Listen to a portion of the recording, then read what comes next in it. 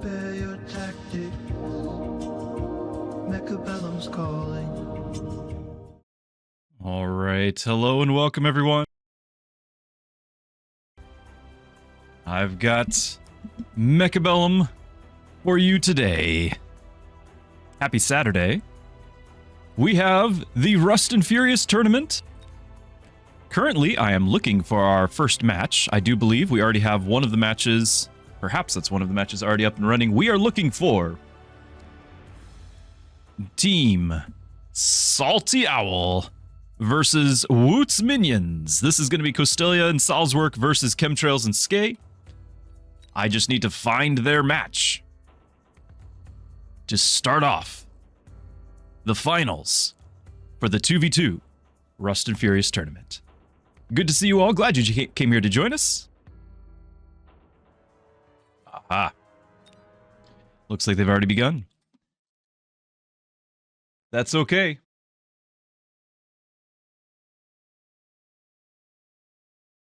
It is only round one. We might still have a spectator delay built in here. We do. While we are waiting for the next minute or so, there was a bit of an interview for each of the teams, and just to kind of get a little bit of an insight onto each one.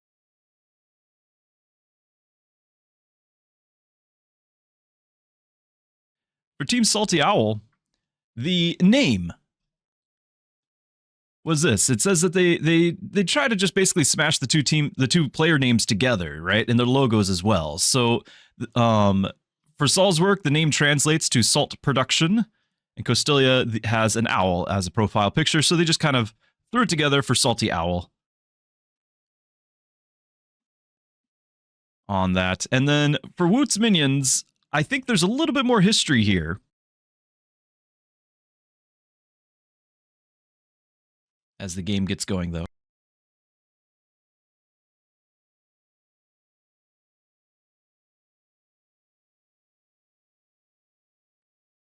Basically, they obviously are well aware of the German player Mechabellum, who's also a YouTuber and streamer.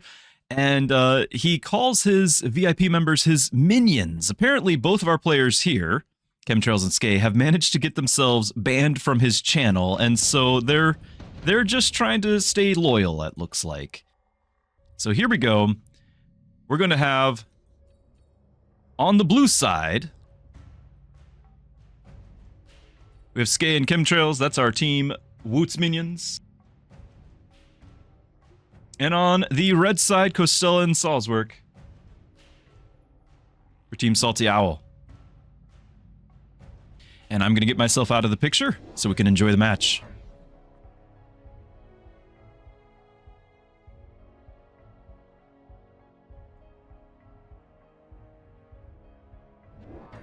All right. For Team Woot's Minions, Skay started with the Farseer Specialist. Chemtrails with the Air Specialist. It very suspicious that we might start off with an early Raiden game. Over on Costelia's side, it's a Support Specialist and Typhoon for Salzwerk. The players, I'm going to just see if we can't figure out which one is which. Skay looks to be the leftmost one. Nope, I'm looking at the wrong side. Still the leftmost one. Meaning Costelia should be, yep, also on the left. So the two names up top are our left-hand side. We've got a aggro forming over here with the steel ball on the right. We also have on the right for Chemtrail's side. You've got steel ball, but not an aggro formation, and so perhaps these steel ball are going to be sold for a trade out on the Raiden. Perhaps we shall see. Everyone is excited about the new units. Turn off the auto camera.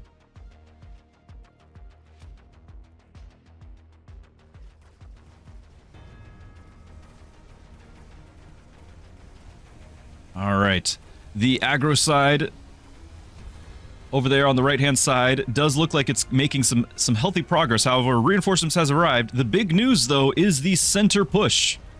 Unopposed center push going through. Will the tower debuff apply in time?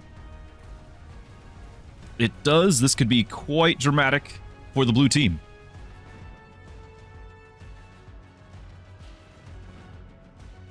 Costelia's sabers and arcs holding the line against all comers.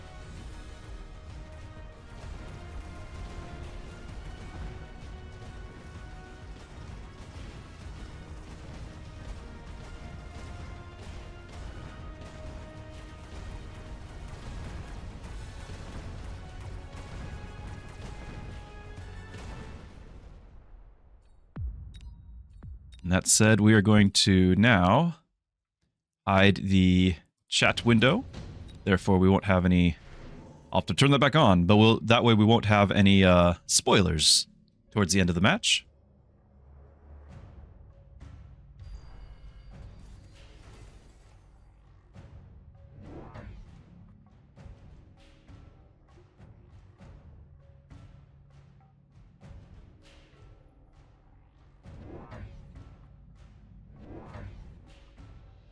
Alright, sorry, I was still trying to get the logistics of getting this setup taken care of. We do have the intensive training showing up as well as some crawler deploys. Underground threat happening. This looks defensive as it's the red side. Whereas you have a new flank, the pressure over on the right side, being put on by chemtrails. Really wanting those steel ball to make a connection with that tower and to support it having the crawler deploy in the backfield. Level up happened for the Sabertooth as well on Skay. Leveling those Sabertooth is something of a danger.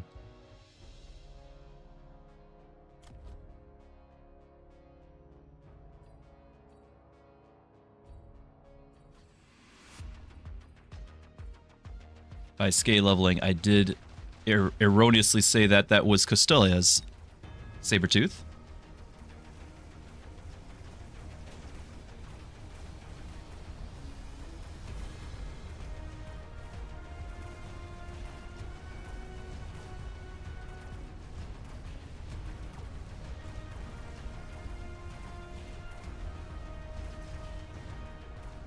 Brawlers have been successful at taking out that tower.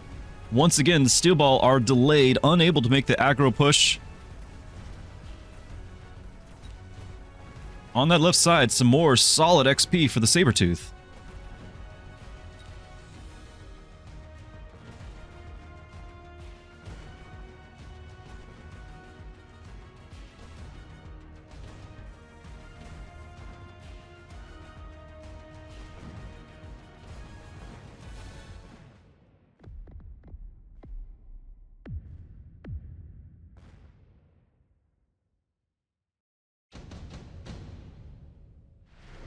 Both sides having bloodied the other, but only just slightly.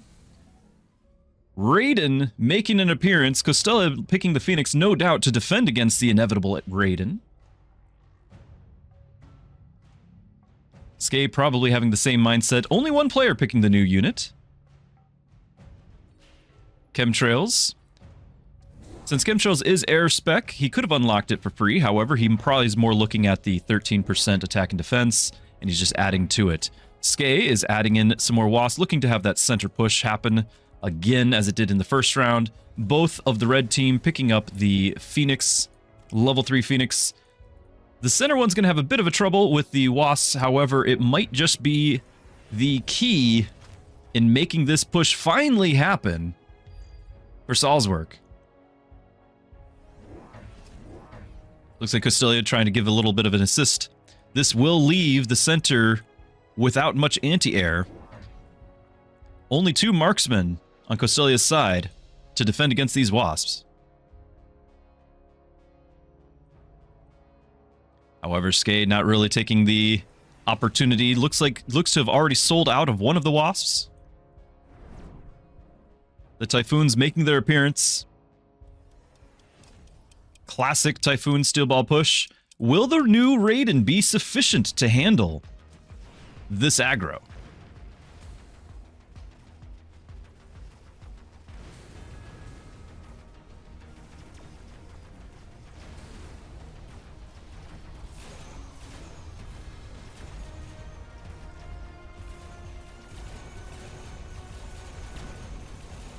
Raiden's making their appearance known, their presence known. The Wasp pushing through.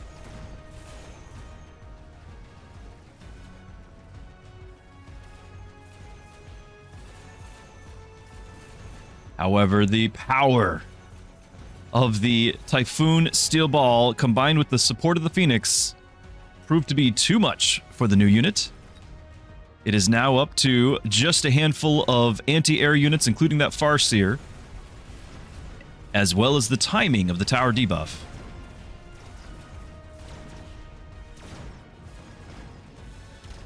And it looks like blue team has just enough remaining to handle the onslaught.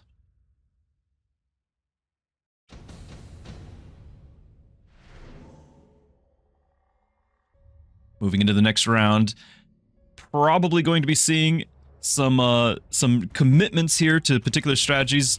We've got the skips happening. And did I see smart arc lights? I did, over on Chemtrail's side. That's going to be to clear out the chaff more rapidly to make the way clear for the Raiden.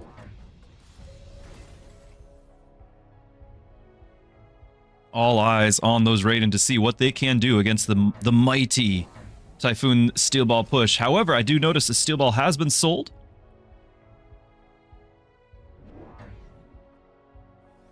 They weren't getting levels, they were probably just falling behind.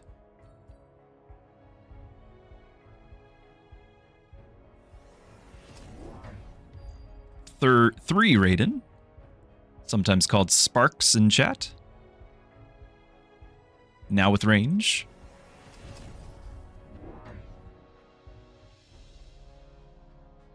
Still waiting for Skay's board to develop into something of a coherent offense. We do have the possibility of Marksman taking on the Saber and Arclights to clear the chaff, but not really committed to any of those options.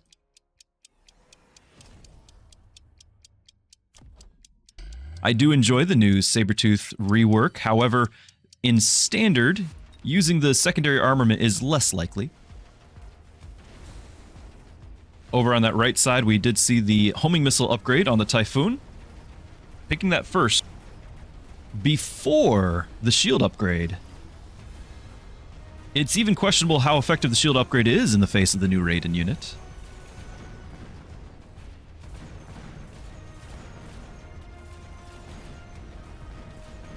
Worth noting for any of our newer to Mechabellum viewers that might be here, the homing missile upgrade does not shoot air units on the Typhoon. Unless that was a patch that I'm not aware of.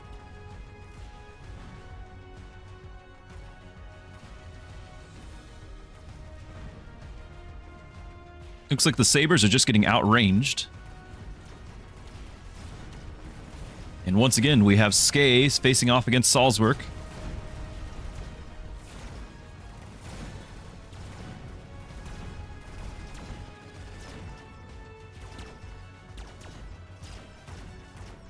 Just down to the wire, it looks like Team Blue is once again going to get the moral victory, though not much is really being done to the health pool.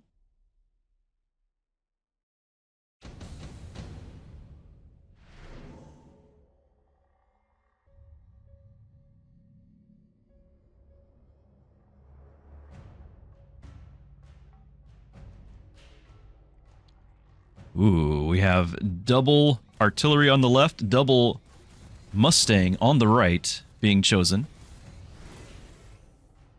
Both sides feeling an opening.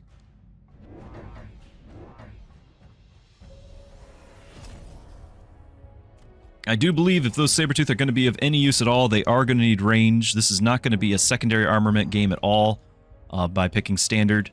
They're going to need some range. There has been a fair amount of investment placed in them because there's leveled and the second one is purchased. But because there is chaff to deal with on the other side, without that range, without the levels, they're quickly becoming a non-factor in this fight. It's more going to be about the chaff, the Stormcallers, and one's ability to deal with the other side's chaff and Stormcallers. We do have a number of level 1 marksmen with range having been purchased. They are going to struggle against that level 2 Sandworm. Over on the right, we have continuing more of the same. The Steel Balls continuing to be sold. The Typhoons being purchased and upgraded, and another Raiden on the board. The mirror match of the Mustangs are there. However, on the blue side, we have range on the Mustangs. We don't have it on the red side.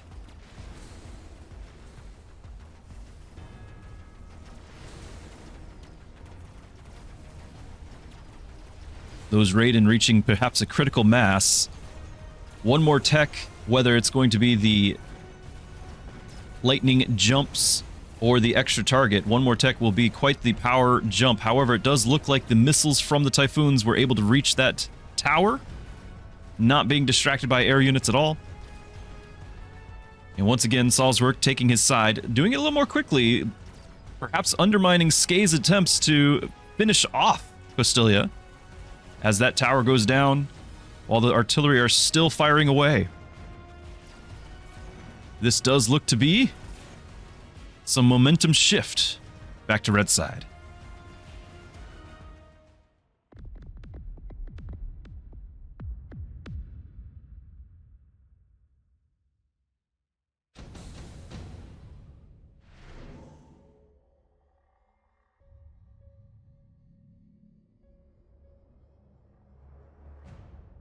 Shield airdrop being deployed.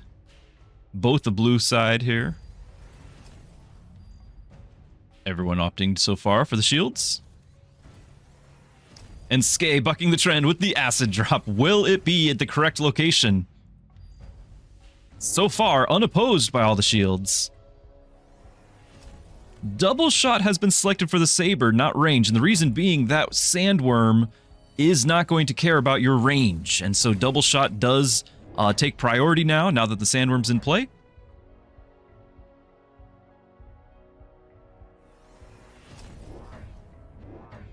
And if you'll notice, we do have the new Raiden ability chain having been chosen. Now, it is important to note that it jumps one time.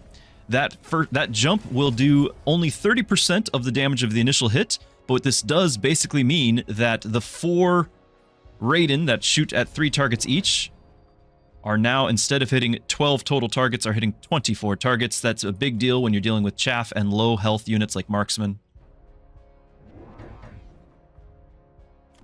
It does reduce range by 20.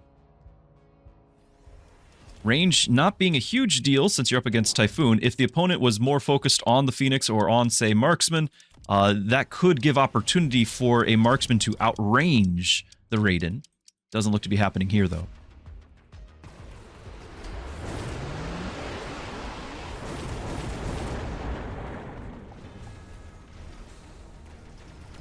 Acid was able to reach unopposed.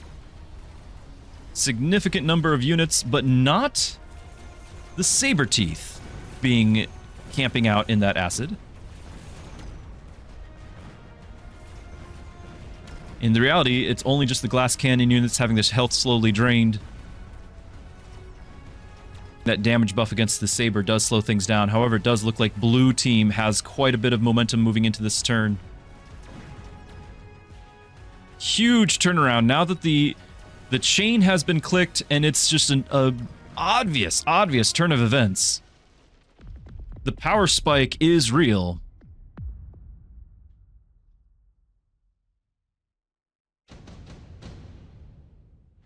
All of those sparks, the Raidens have leveled. Will he be picking up more Raiden, or is he going to be leveling them all? We shall see. Steel ball production for Giants happening on Chemtrail's side. That's going to be thrown on one of the Raiden that are safe in the back. Looks like 4 blue sparks is happening. We're just going to see. We have some skips. Skips all around with the added bonus of extra steel ball. The acid's still on the field from last turn. Shields have gone up from the Typhoon. Shields will help some, but not for very long against that many targets being hit. Keep in mind, the damage that you see on the Raiden, the 13,000 in the case of the level 2, this is times 3 targets, and then 30% of that times 3 again. That's a lot of damage to be going through on these level 1, level 2 Typhoons, whose shields are only 8,000 damage at level 1. My expectation is those shields are going to disappear very quickly. Now, it does help. This is one of the better ways to counteract the Raiden is going to be having mass shielded fangs. You can see that's clearly happening here, and you'll notice that they're being positioned outside of the shields. He realizes that the barriers are not as strong as he'd like. He wants to have the shield of the Fang absorbing the full amount rather than having it bounce into the barrier.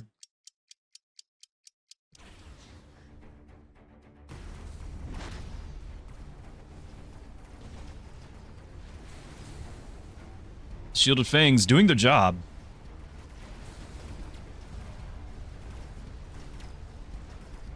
Looks to be doing their job quite effectively. Those shields lasting a lot longer than I had predicted. On that left side, the Sandworm has gone down, though a lot of things are still parked in that acid. It looks going to be like Skay might just be able to push his side in time. With that massive number of units that were pushing onto Chemtrail's Raidens, it does look like he managed to thin it out quite a bit, giving Skay a numerical advantage over Salzwerk's few units remaining. It all comes down to the tower timing right here.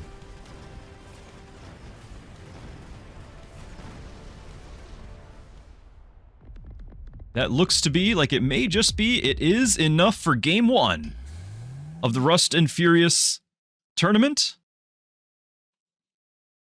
Team Woot's Minions being victorious over the Salty Owl. GG all around. Mechabellum's calling.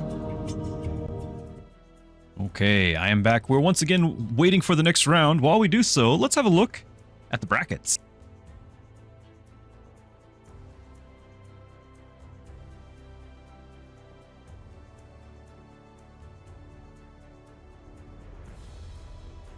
Sorry about not having dark mode on this. Avert your eyes if you must. Round 1, it does look like Team Flat White, Team Noobs Are Us, and Woot's Minions, as we just watched here, were the victors. We're going into round 2. 501 versus Noobs Are Us, happening over on Impuchi's channel. Flat White versus Salty Owl on Stony and Emrock's channel. And here we're going to have another match with Woot's Minions, as well as everyone's favorite title, Overlord Raumschifffahrtsgesellschaftskapitäne. There you go.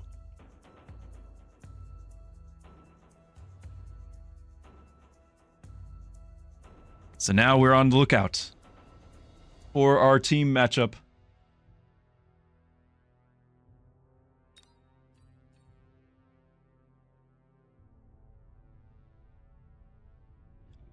Our Overlord, we're going to call it Overlord for short. That's Hawk in Space and Till. And again, Chemtrails and Skay on Team Woot's Minions. Here we are.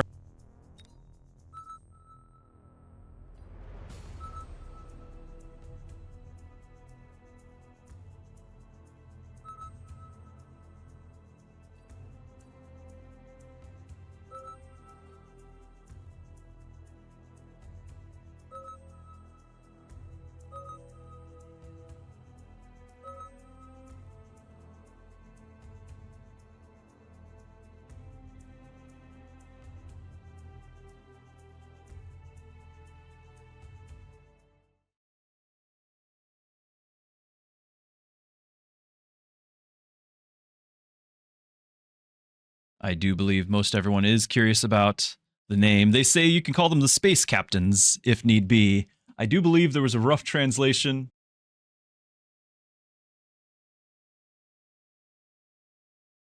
Let me see if I can find it again.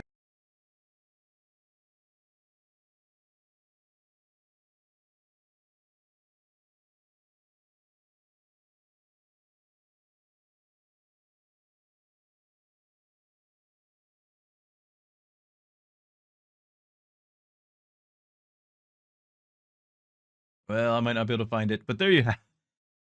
We just play it again, right? We'll just make it clear by playing it a second time. Overlord Raumschifffahrtsgesellschaftskapitäne. There you go.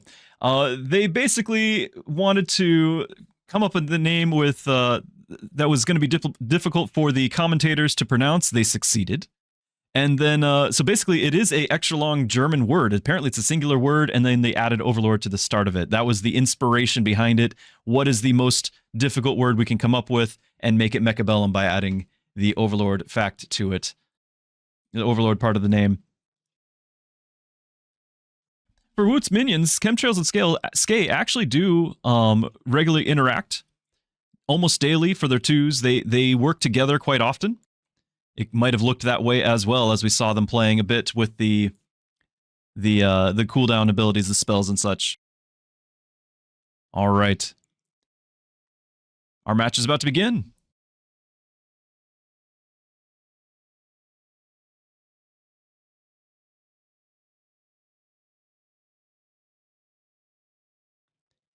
Till starting us off with the Air Specialist. There is nothing wrong with the game audio as far as I can tell. It's just still in the waiting section here. Giant Specials for Hawk in Space, Farseer for Chemtrails, and Skay picking up the Rhino spec.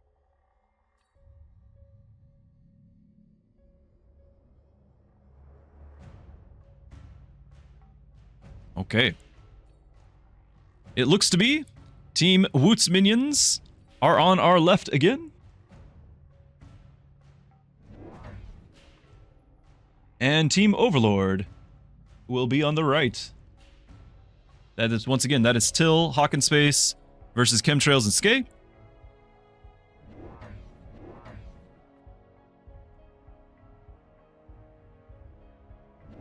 Looks like for the red team, for Team Overlord, they are coming up with a pretty aggressive opener. These units are not exactly known for their speed. However, they are just tanky, tough units. We've got sledges, we've got sabers pushing that front line. We may very well see one of my new favorite techs, the secondary armament, come into play here, especially when it's up against sledges. This is kind of an ideal situation for it. In response, I would fully expect to see Skay, who's on the right side, up against Hawk in Space. For Skay to have a bit extra chaff to deal with that. Of course, you've got to have the arc lights. This sort of positioning, I would not be surprised at all if some extra artillery enters in on Skay's side of the field, just because of how grouped they are. Perhaps something else. Perhaps Scorpion would do the job as well. Over on the left, you've got Chemtrails, with the only one putting anything really in the center, and it's still being drawn back to the side.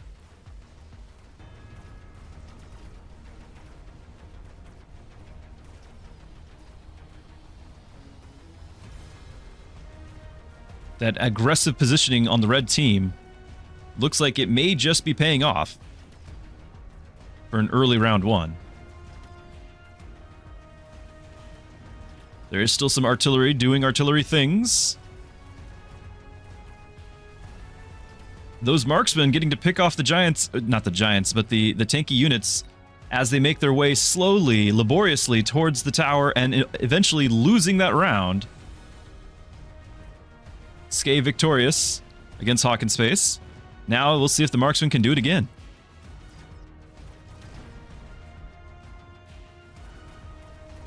It's going to be just a bit too much. However, that marksman might take out the tower in time to pick off a few more units. It might actually be enough with those as hurt as they are. Impressive. The hero marksman.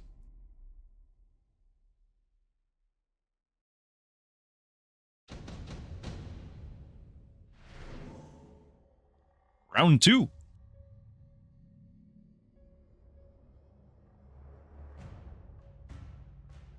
Phantom Rays entering the field. That goes well with the aggressive positioning Chemtrail, having none of it, picking up Typhoon. Anticipating some sort of anti-air necessary. Unfortunately, in the 2v2 spectator mode, I am unable to see what the other choices were, but we're going to give a selection of all of them. Tarantula now on Skay's side. Still waiting for Hawk in Space to make the selection.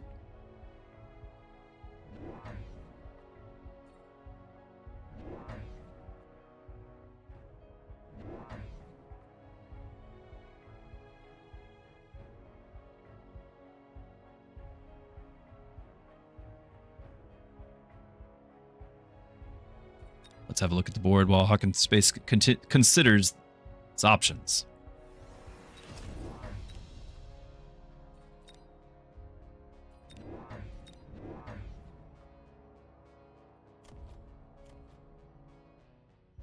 Looks like Hawk in Space picked up the Phantom as well. Plays into the aggressive style of both of the red team. With the mobile beacon going for that opening on the tower. A centrally placed Typhoon, a little bit indecisive on where it goes. I suspect we're going to see a few more of them, although it also could be just being standard positioning. You might just see that Typhoon getting sold, being able to be purchased back when necessary.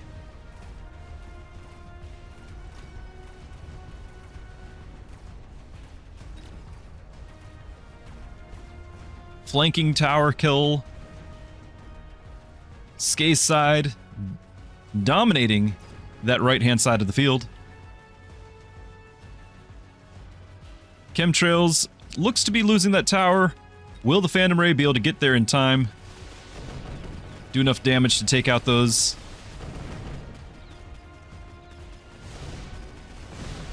Tower having gone down. Not going to happen. We now actually have a much more convincing victory for the blue side on round 2.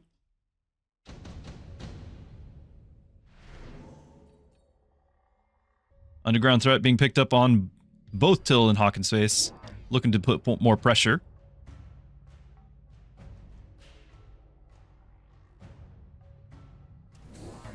Raiden's entering the field in the background there. And being sold immediately. Chemtrail's making the skip. Skay's still thinking about it. But the Raiden has been unlocked. Look, sounds like another Raiden has entered. Interesting. I do believe we saw Raiden being bought, sold, and bought again. We're just going to have to let Skay figure out what he's going to play as we have a look over here.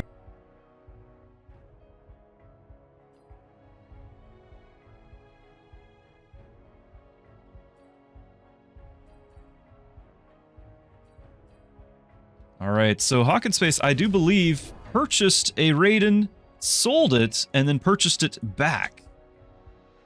Clearly a misclick if so. 3 players picking up the crawler deploys, although all 3 choosing to be defensive with them. Another spark happening over on Till's side. And adding in some extra chaff to perhaps distract the Farseer, at least distract the Stormcaller. Some extra chaff happening there as well. Looks like a Farseer defense. I do think, personally, that Farseer can be effective against Raiden primarily because of the EMP that they bring at a cheap option. But it doesn't have the anti-air as an upgrade, as a tech upgrade, in order to target the Raiden that's behind ground units. So it's not my favorite anti-Raiden unit. Most of the crawlers you see on the board right now are from the spell, the cooldown for the crawler deploy.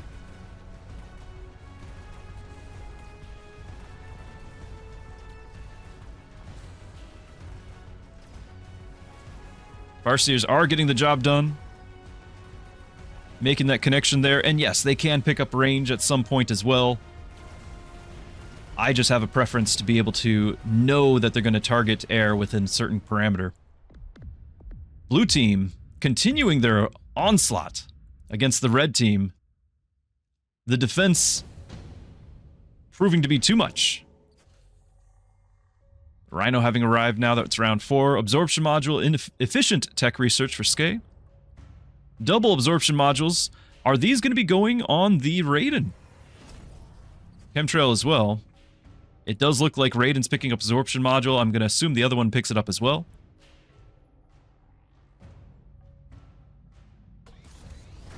What we've seen so far is that Raiden need to hit a certain number of certain amount of critical mass in order to truly be effective. It looks as though Hawken is going to give a little bit of time in order to establish the board a little bit better to make that possible with better chaff clear on the arcs. In response, Skay is getting chaff clear as well with the Tarantula, and then having the anti-air in the form of Marksman. More Raiden entering the field. You'll see both sides having the Arclight Raiden pairing. Chaff being a major problem for the Raiden.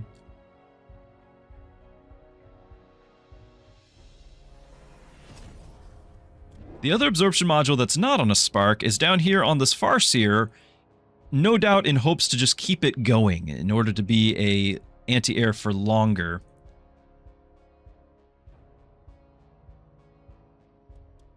But it is only a level 1 Farseer.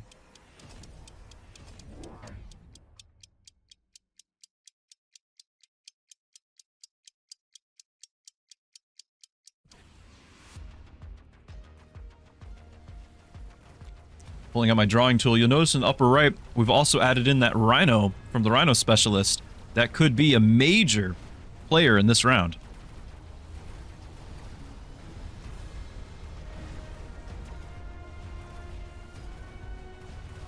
Most of the chaff is gone, but the Rhino, just in time before the Marksman get hit by the Raiden, taking out that tower, and both Raiden go down. That could have gone entirely different had it not been for the Rhino.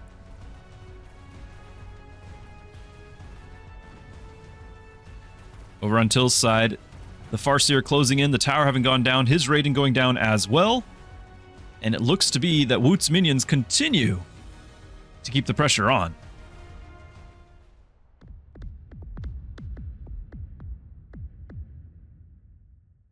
Round 4, 2/3 of the red team's health is gone. It is not over. We have not yet seen the critical mass of the Raiden. The new Overlord being chosen by Skay. This unit is larger than it was before Season 2. Costs more as well. Does about 40% more damage, has about 40% more attack at a 25% cost increase and size increase. It also scales more with the artillery. The artillery getting the chin gun, getting 7,000 per level instead of 550. And as well as a 5th Wasp being deployed if the mothership is selected. This is no doubt going to be just a tanky unit to absorb the Raiden's attacks, as well as deal a lot of damage back. You do also have a high explosive being added to the Tarantula, making sure that there is no chaff getting in the way of the Marksman as they shoot the Raiden. Another Raiden being added to the left. All sides, aside from the Overlord choice, all sides have added in Mustang to their fields. Shields have been added over on Chemtrail side to help counteract the Raiden. Raiden with their extremely slow 4.2 second refire rate really struggles dealing with chaff as it is. You add shields to that and you've just doubled the nightmare. And the Farseer beginning to level up.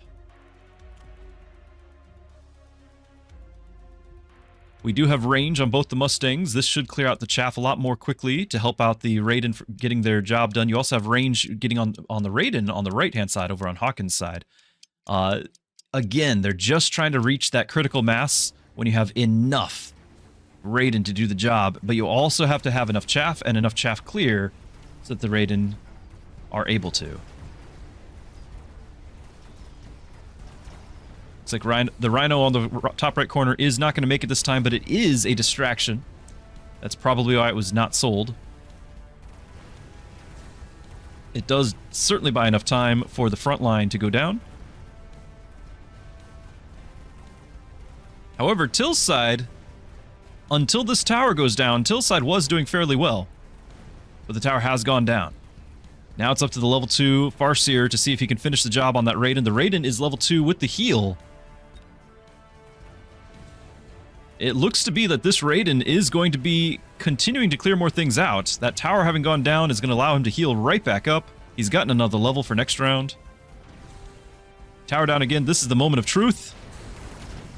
And the chaff distracted him, so he can't quite put a dent in the attacking forces. We're down to potential last round territory.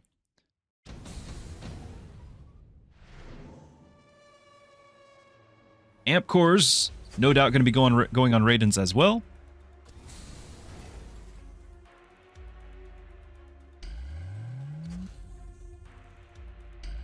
Everyone picking an amp core. Everyone's got something to put it on. Although Chemtrails doesn't really have a giant to throw that on, so it's going to go on the level 2 Farseer. Interesting that the amp core went on the Tarantula here. and not either of the two new boats. Last round, it was not the top damage, not even the top 3. I think he just wants to make sure that nothing gets through to the center. You also have Photon being picked up for the boats. That's going to help negate some of that chain damage, which is just now being picked. So Hawken, I'm very curious if that Hawken chain damage is going to be sufficient. There's not much chaff over on Skay's side. And now with 4 and then 5, you might see critical mass on the Raiden happening. This could turn things around. The Rhino is still on the board. It still will distract. But this is a whole lot of Raiden with not much chaff to absorb it. Over on Till's side, you do have range being added to the Raiden and the level 3. Not able to afford just yet, not able to afford the chain, and still having to deal with the shields. I do think that Till's going to have a bit more difficult time of it.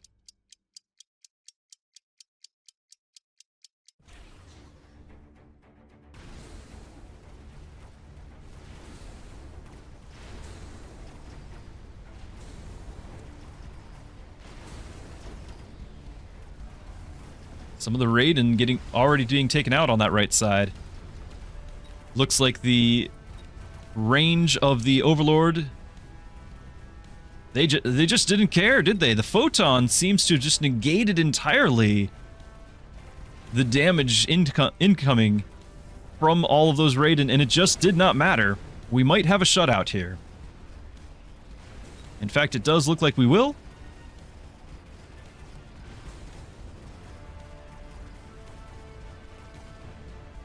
The new Overlord.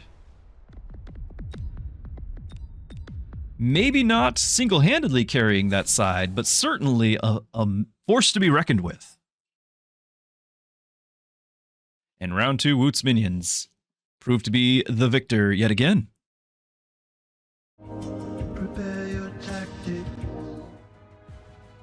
So I just realized you have both audios overlapping each other, probably. My apologies. I don't have the next match available to us just yet. Still looking. But let's look at the charts, the standings.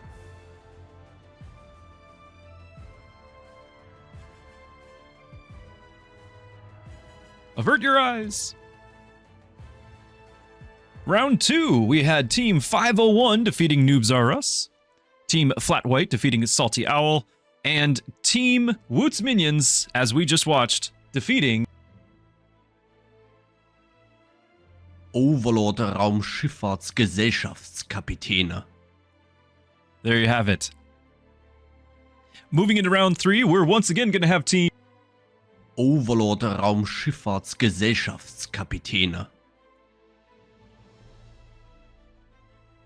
versus 501.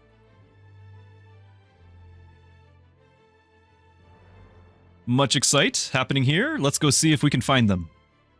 And that's, once again, that's Hawken Space and Till versus Sako and Forgotten Arbiter. Oh, I just got an invite to it. How convenient.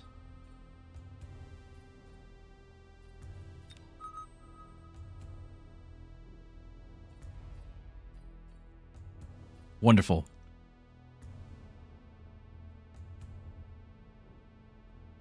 We had talked a little bit about our Overlord Space Captain teams.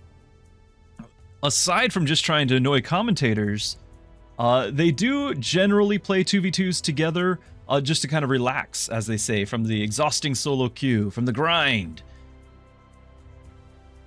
Apparently, Hawken Space says that Till thinks he's the ultimate anti-mate, and so it was only natural that they should play together.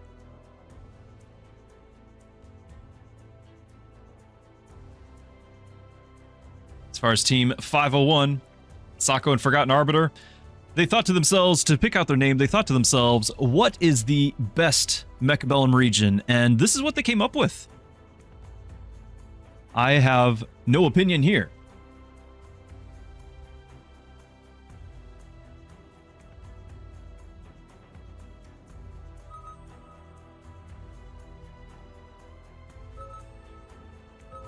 Looks like the teams have readied up.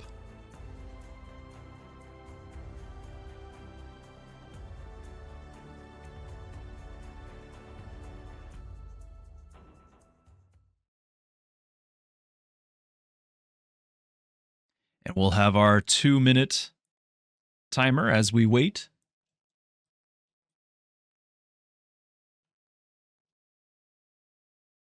And so you can listen to our fun elevator music as we do so. Prepare your tactics. Mechabellum's calling.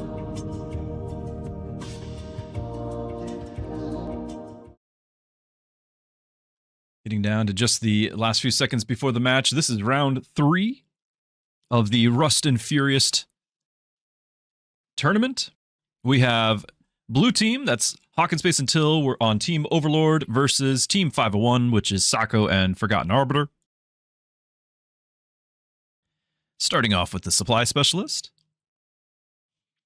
Having the artillery and arclight, I am curious if we're going to see some sandworms being thrown in there. Till also picking up the new Sabertooth and arclight.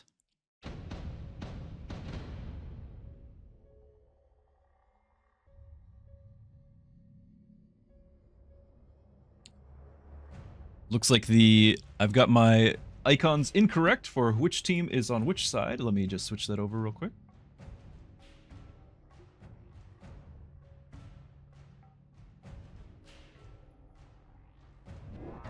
And there you have it. Looks like the blue team is going to go for an aggressive positioning, and perhaps both sides, in fact.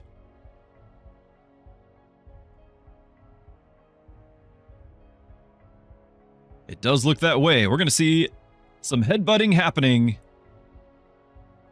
including the artillery fairly aggressively placed. I suspect that they're going to be adjusted slightly at least.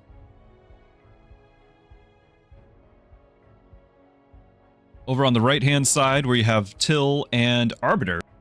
Arbiter being the red side, Till on the blue.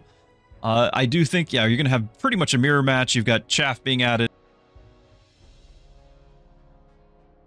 And I have no doubt that Arbiter is going to pick up something like an arclight, something to deal with the anticipated chaff as well. Just has not yet done it. Over on the left with the artillery, that's kind of my wild card that's happening right here. I'm curious to see just how long the artillery stays this close to the front line. I don't think Hawk and Space was anticipating an aggressive setup with Sako's unit choice. Otherwise, I kind of doubt that those storms would be quite so far forward. There's the arc lights on the right. It looks like the timing is just right for the artillery to not take the first salvo.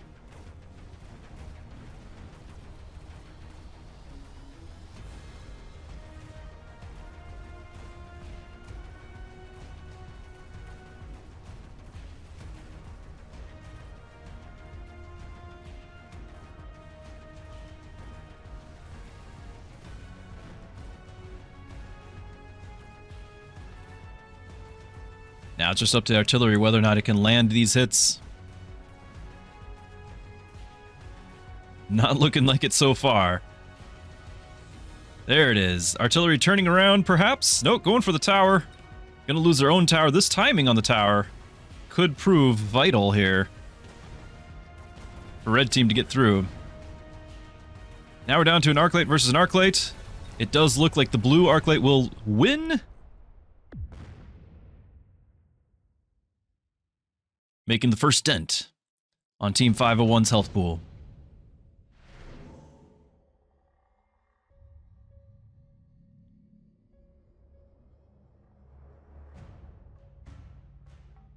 Phoenix being added to the field. No side at all having any anti-air, aside from a few fangs. Typhoon being offered as well. Arbiter picking that up. Always powerful in an aggro situation.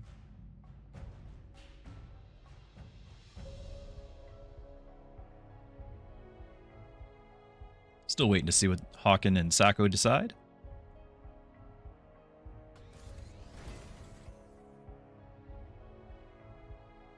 More Phoenix.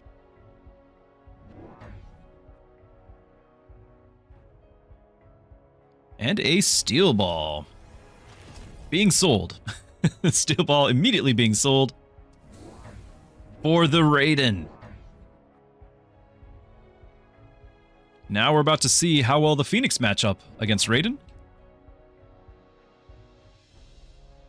That is Sako being air spec, purchasing that raid in round 2.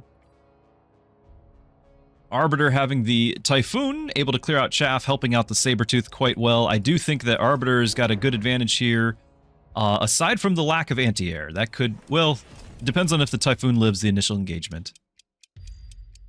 Artillery staying on the field, just putting some chaff in front and going for the center towers.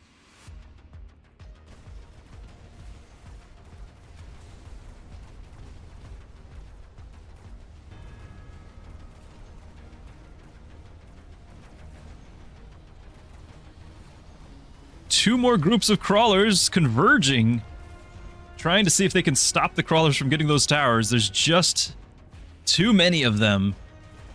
The towers look to be that they're going to stay up. However, the anti-air over on Arbiter's side does look like it has fallen. So Phoenix, having leveled, now have to take on that Raiden. The only other anti-air on the field. One shot from the Raiden will completely wipe out both Phoenix.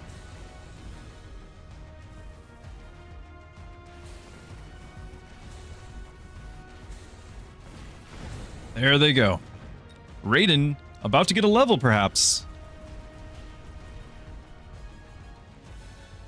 Certainly looks like it will. There it is. That's a massive, massive last hit. Leveling on that Raiden. Getting around to Raiden is a huge deal this early.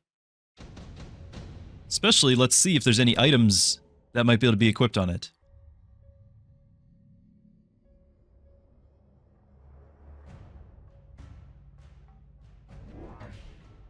Sako not seeing anything of his liking.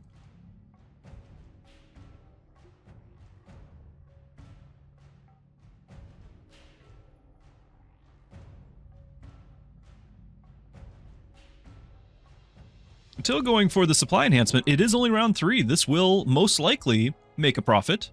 Both Sako and Arbiter, though, going for the short-term gain. And both Hawken and Until going for the long-term.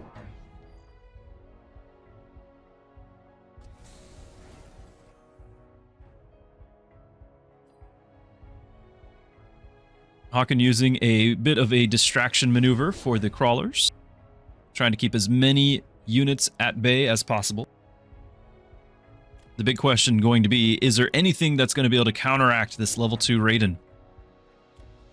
Another Raiden has been added, though. Over on Till's side, getting a Raiden and potentially, has not clicked it yet, but potentially leveling the Phoenix.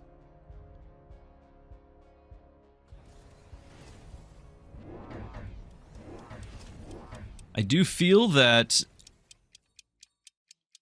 Till's anti-chaff is a little bit lacking with only the 3 arc lights.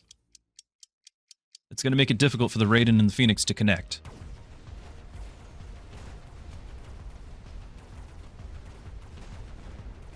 Does not really look like much anti-air was added on Hawken's side of the board.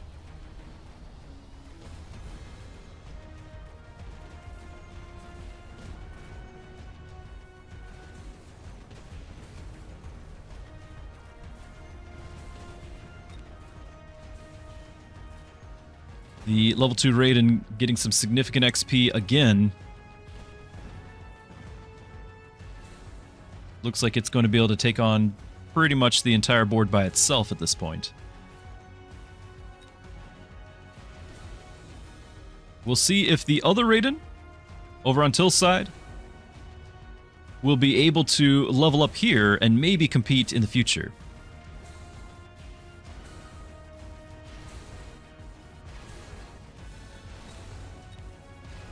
One more shot, maybe? It does level. It does level. That's a level 2 Raiden, perhaps. Keeping them competitive, perhaps.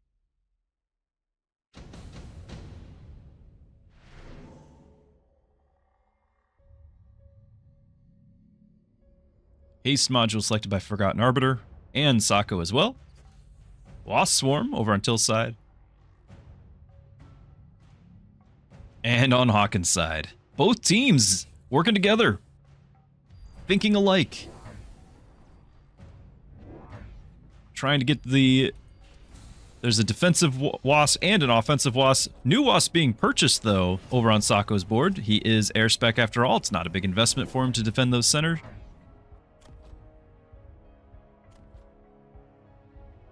The Raiden getting the haste module. That's not much of a surprise. The other haste module going on a new Raiden over on Arbiter's side of the board. All four teams now playing the Raiden game, with Sako having the head start.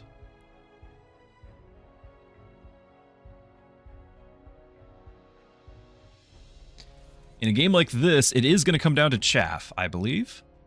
Who has the better chaff and more chaff clear? I'm still looking over at Arbiter's side of the board having more chaff than what I believe Till can really reliably take on. And these fangs it's not going to be long before those fangs get shields added to them. There's just not that much chaff clear over on Till.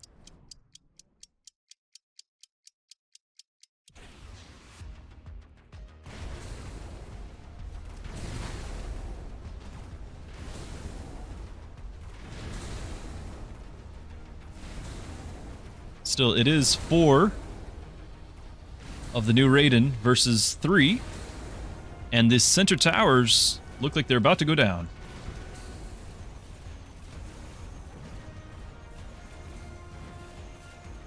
If these Raiden manage to level up, it could turn the tide.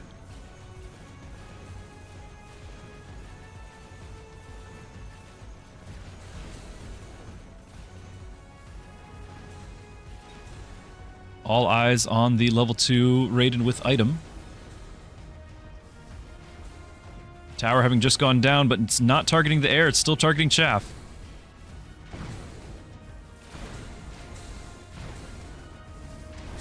Oh, and its tower having gone down just as they engage the last group. Hawken and Till getting some breathing room.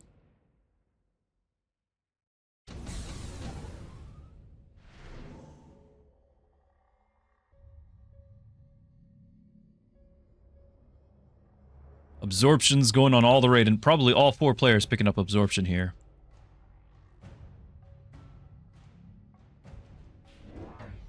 A big surprise, but both of the red side deciding we just want more chaff. We don't believe that they have the ability to clear the chaff. We are going to punish them. There's nothing in that back row to protect the towers. Once again, it's a short-term gain versus the long-term. Wanting to end this quickly.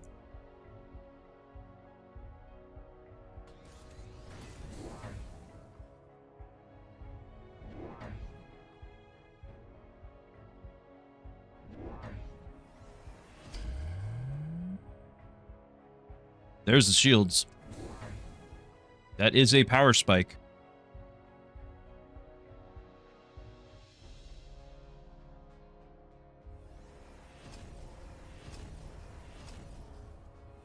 Interesting tech choices as well. You have range going down on Hawken's side. However, across from him was Sako as well as Till's side, both picking up the chain.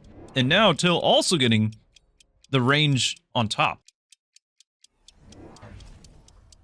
A significant range advantage for all the Raiden on the blue team.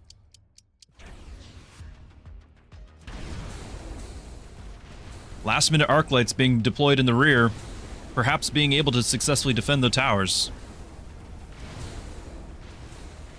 If so, the Raiden do seem like they might have an advantage, aside from all that chaff, as we keep mentioning on that right side.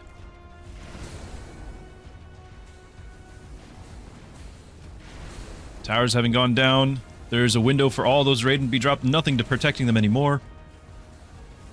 Those short-term gains that Team 501 has really been banking on looks to be paying off.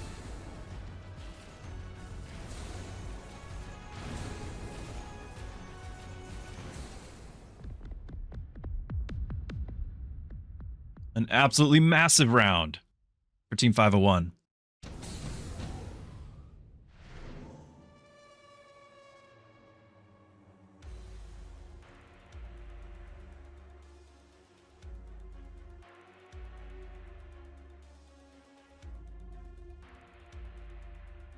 rhinos, perhaps all four, 3 so far. I've already heard 1 being sold.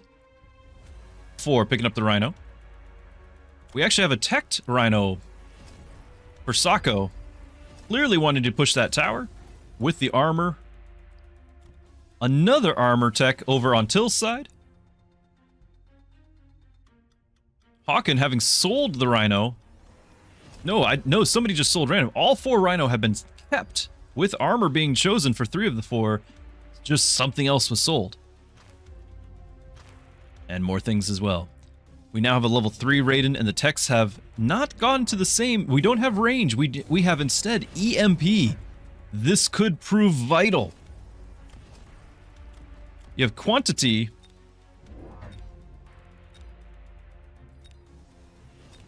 Never mind that. You have quantity of Raiden on the blue side of the board. But the quality, being able to shut down those Raiden with the EMP, might just be significant.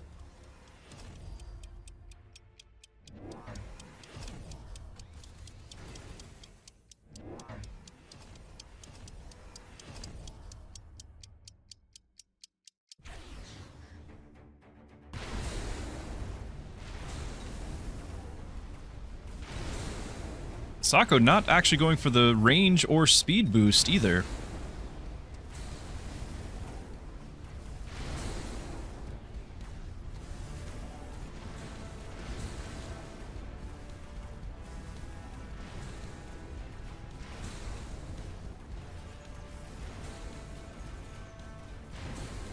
That level 3, the level 3 Raiden, just wherever he shows up, cleaning up.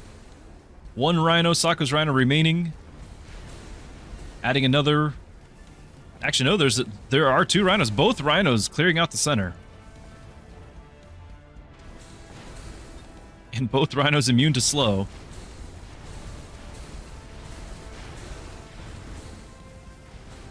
Actually, armor doesn't do that. That's the other one. Power armor. But it does look to be enough with the Raiden surviving. For Team 501. To claim another victory.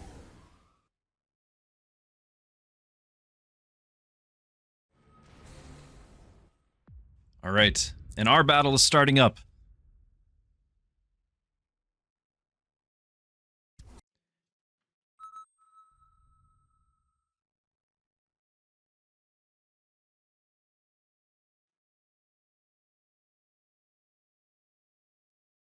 We'll have one more look at the brackets now. Avert your eyes for the light colors here. Here we go. And we can see this is the round 3. We don't yet know the finals for the Flat White versus Woot's minions. However, we are now in round 4 over here with 501, 501, 501 versus Salty Owl in round 4. One more round remaining, and then we shall see the scores. Let's bring that action right back and focus on the scores. My drawing skills are terrible. You do have 501 getting 2 points. It looks like nobody has 3 points so far, though I don't know about the third match happening. But 501, Flat White, Noobs R Us, and Woot's Minions all having 2. So we are potentially looking at some tie-breaking needing to happen. About 501 with Sako and Forgotten Arbiter, when they were asked about do they work together, do they play different play styles, the response was that they both have a flexible play style. They can either play standard or aggro competitively. They approach the game from a similar point of view, so we complement each other well. And we've been able to see that. A lot of the same choices being happening and basically just kind of keeping the same momentum across the entire field.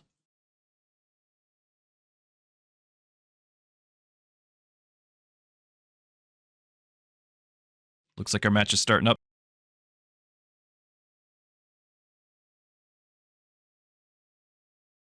There was a little bit of drama when it came to groupings for Team Salty Owl. For Salzwerk and Costella to be joined up together, because Costella had asked Salzwerk to be the partner because Hawk jumped out with Till instead, betraying Costella. And Salzburg said, "Okay, I'll help you out in your time of need." Some drama behind the scenes. All right, we have Team Salty Owl in the blue team along the left-hand side, and Team 501 on the red on the right.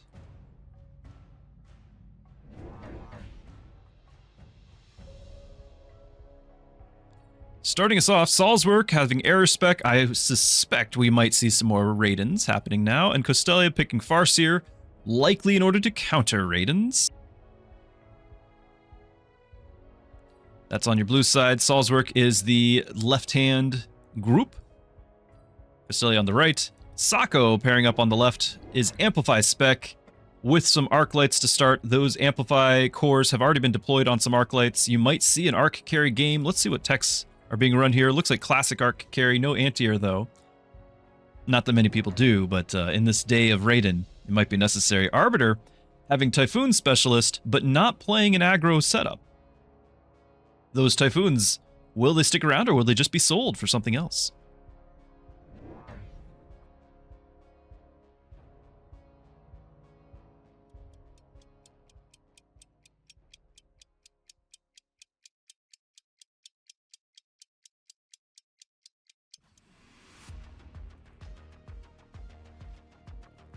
And round one has begun.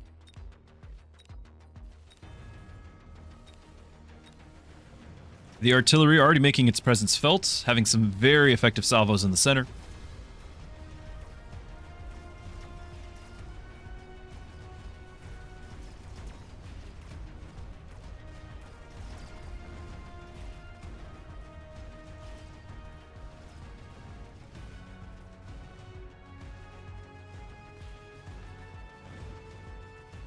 Arbiter winning his side quite well.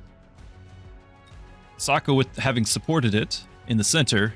Now, both of them teaming up against what's left of Salzburg's forces.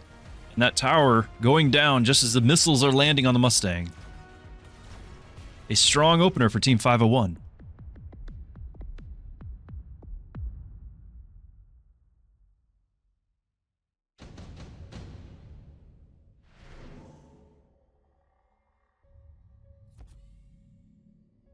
Redeployment being selected. Perhaps seeing some shenanigans happening with that. Skipping the choice over for Salzburg. This is always a viable option on round 2 because a lot of times it means you can upgrade or you can unlock a 200 cost unit and buy 2 of them. Arbiter doing the same.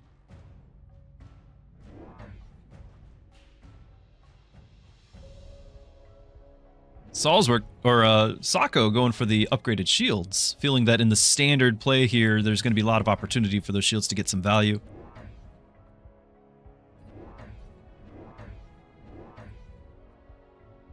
The Costelia over on the right-hand side with the Tarantula picked up the redeploy. I don't know if it's been used already. I didn't really see where everything went to begin with. However, some fun stuff could happen with Tarantulas along flanks, deploying mines and such, but I just don't know if those Tarantula are going to stay viable for the whole game in a standard setup. Extra unit was chosen for both of the blue side. Actually, all 4 players opting for an extra unit. Chaff being at such a high priority in this day of the Raiden.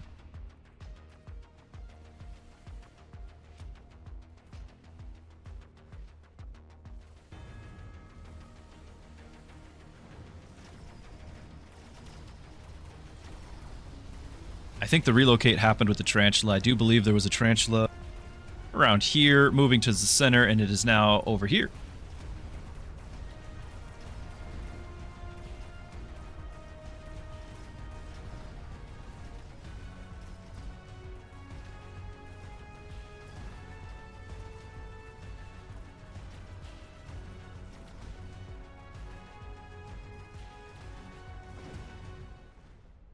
Team 501.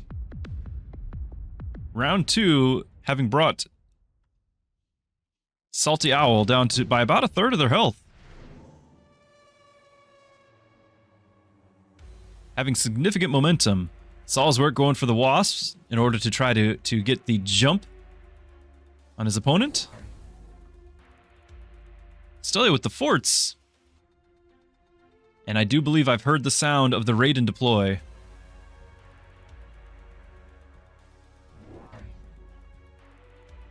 Arbiter picking up a fort as well.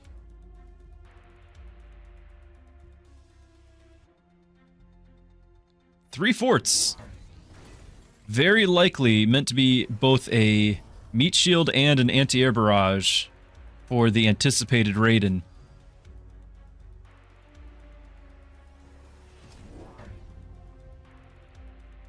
Arc lights getting the extra range, help clearing out chaff a little bit quicker. The wild card being the wasps as well. I think there is an anticipation of the Raiden showing up about now, but the wasps added to it. There's plenty of fangs though on the board. They can handle some level 1 wasps. We'll just see if they're still around, given that there's arc lights and mustangs to shoot at them.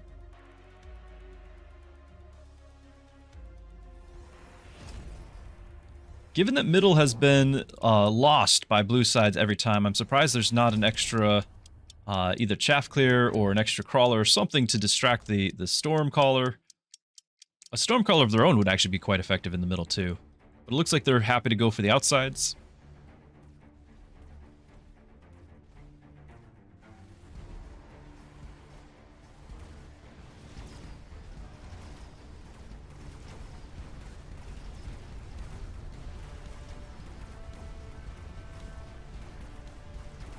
That grouping on the left could be absolutely devastating when the anti-air gets picked, as they're all grouping up in the exact same spot.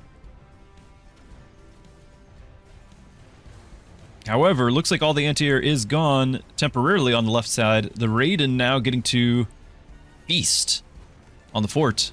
Will it get enough XP here to get a level before that marksman, the level 2 marksman, don't forget, before that level 2 marksman can close in on him?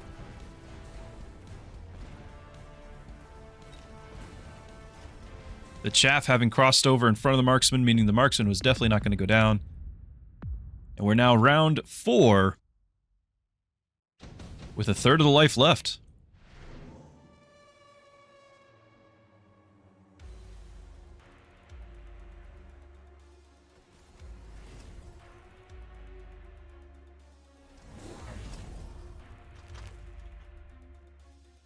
Salzwerk looking for that Raiden mass, critical mass. The anti-air has been selected on the fort. Sako did notice just how effective that grouping was going to be. The anti-air, because there's not much defense to be had on the Raiden, and particularly if they're only level 1, we do have a level 2 Raiden possible. But only level 1, there is not that much health there. If the forts can live long enough, they will do significant damage. They'll also clear out the wasps along the way. Level 2 forts over on Arbiter's side. And really, nothing capable of dealing with them over on Costilla's side. The level 1 forts are just going to be outclassed and shooting at chaff most likely as well. And still no answer in the center. Bringing us back to, can the Raiden save the day?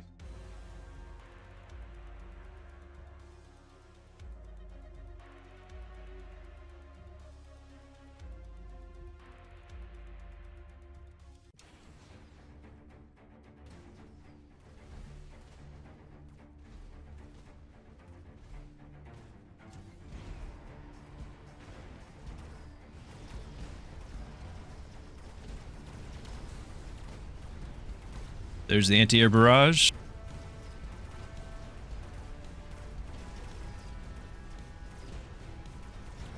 Significant chaff over on that right-hand side. Those level 2 forts are getting overwhelmed.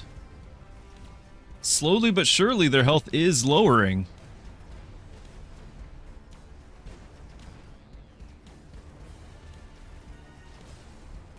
The fort's living just long enough to get another salvo off, having lost the middle there. No damage happening to the forts, giving another salvo. The Raiden that had previously been able to reach level 2, but not getting the level itself, is now once again the only one standing. This could have meant a level 3 Raiden by now.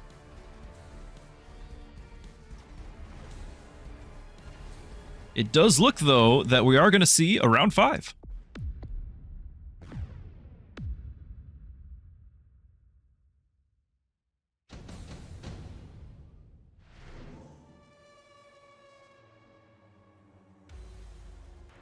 Salzburg picking up the enhancement module. Now we're going to see the Raiden getting leveled.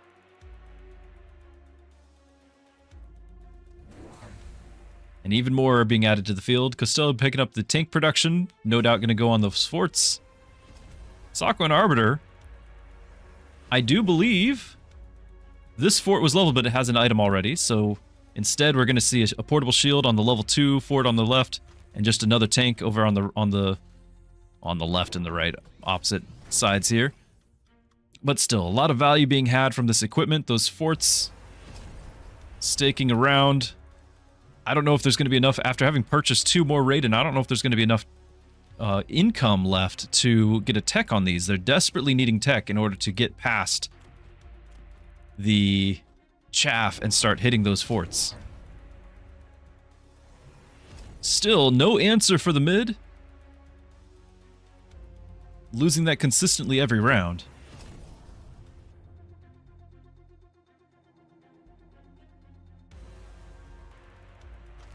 And if we're honest, there's really not much chaff on Salzburg's side either in order to distract the forts from just their primary guns reaching those towers and taking out the arc lights.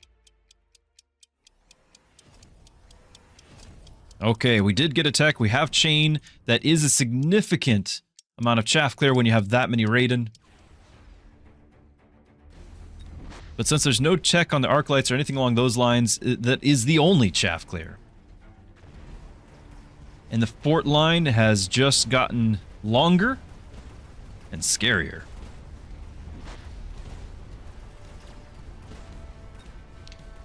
They did take out, Salzburg did take out the loan, but was unable to afford the enhanced range along with it. Not having the range means we're taking an extra salvo, it looks to be, of the anti-air. And there's still really just not enough damage over on Costello's side to get through those level 2 forts. Level 1 marksmen just are not up to the task. The center towers have gone down yet again. And once again, we're back down to our solitary Raiden. But I don't think this time it will be enough. Marksman here come to put the end to the match. And round 4 of the 2v2 Rust and Furious finals has gone to Team 501. That was still round 4. Let's take a look at the brackets. Avert your eyes.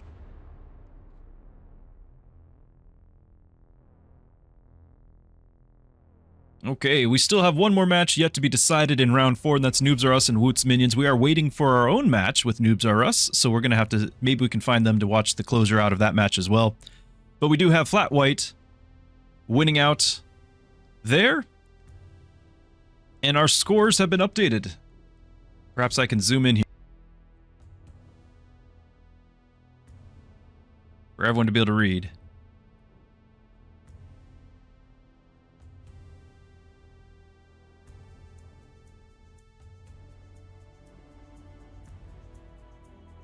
Hopefully that's sufficient. We have Team 501, Flat White, and Woot's Minions all having 3 points. As we wait for the final answer from Noobs R Us and Woot's Minions, because we might end up with a leader going into round 5 if Woot's Minions are to, if they win out on this round. Prepare your tactics. Okay, and we are back.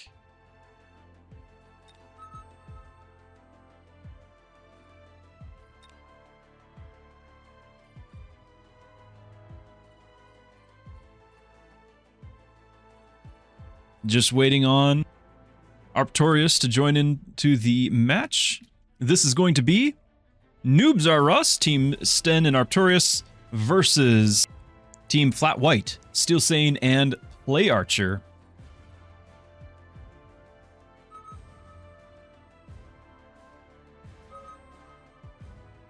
As our match gets underway. These are both teams that, aside from us just watching the tail end of the last match, we really haven't had a chance to watch so far.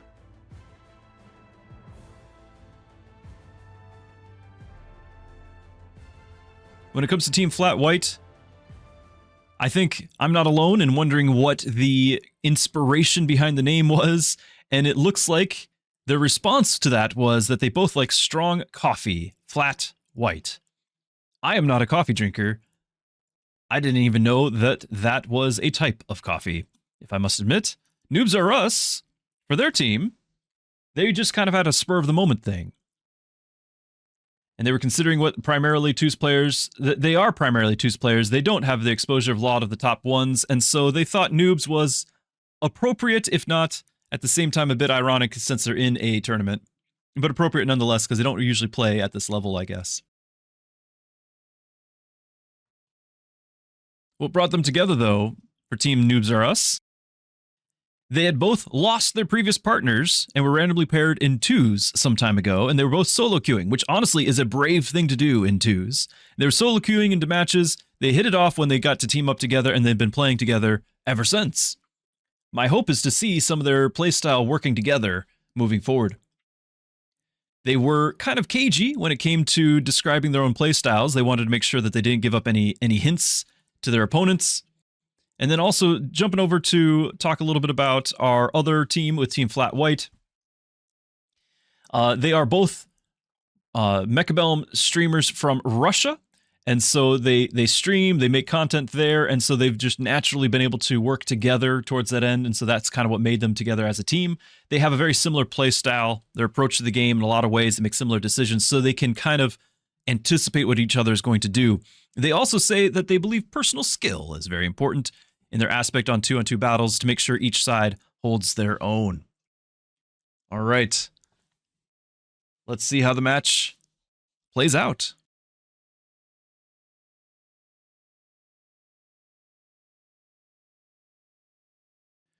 We have training specialists, air specialists for Artorias, probably more Raidens over there. Play Archer picking up Fortified with the Sabretooth. I'm hopeful to see some Sabretooth gameplay. And Giant Specialist for Sten. Again, that might translate into more Raiden.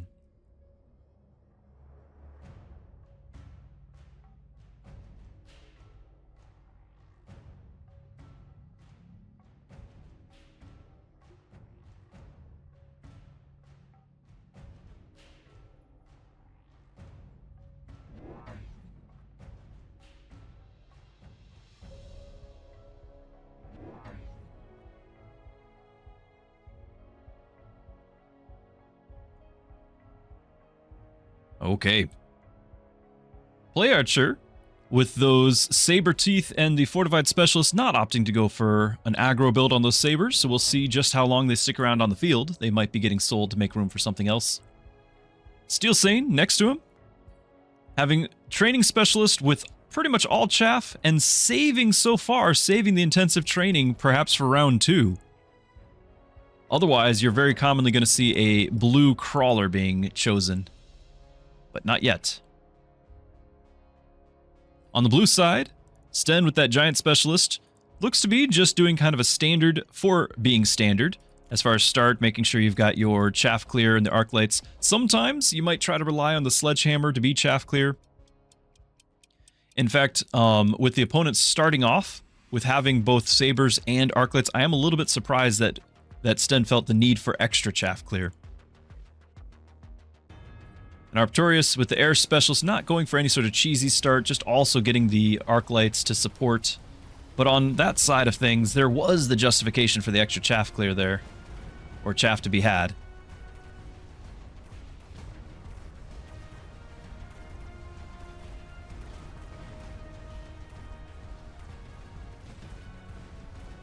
Most of the chaff has been cleared from the field, and now it is time for those Saber Teeth to work.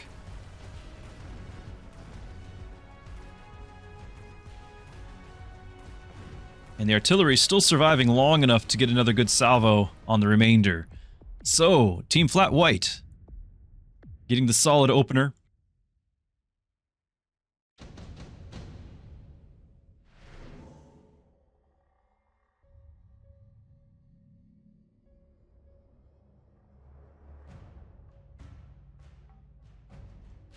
Marksman being chosen so far. For 3 of the 4, will Arctorius follow suit?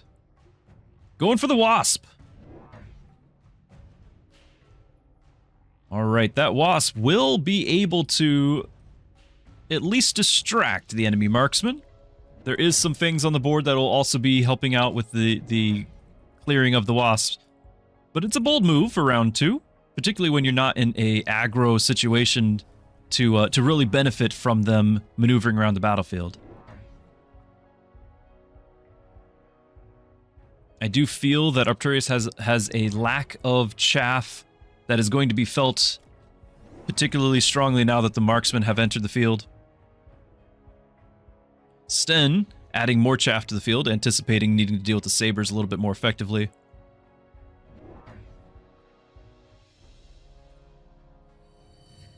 And we finally heard the level up. This was Steel Sane waiting on that intensive training to see what he would get in round 2. He decided it was going to go on the marksman. He didn't want to do the meme and go for the overkill with the level 4 marksman. He decided he wanted to have a level 2. What's nice about this level 2 marksman means that at the 4,000 damage mark, it can one-shot the level 1 sledges.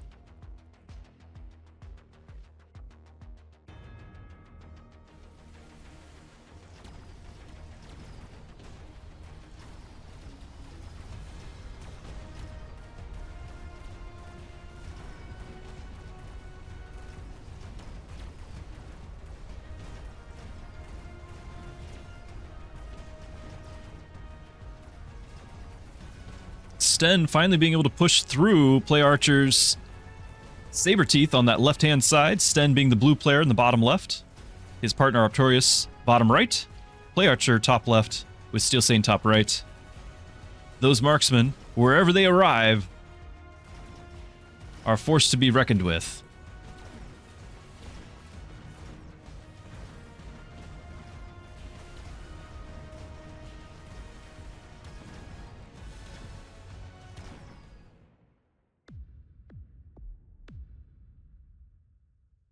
Not a significant victory, but it is 2 rounds in a row as Team Noobs or Us are looking to try to get some sort of an edge. That edge might come in the form of this photon emission, an expensive choice for round 3. Arcturus going for the Rhino Assault, hoping to get a tower snag. Archer just skipping for now, and Steel Sane still deciding.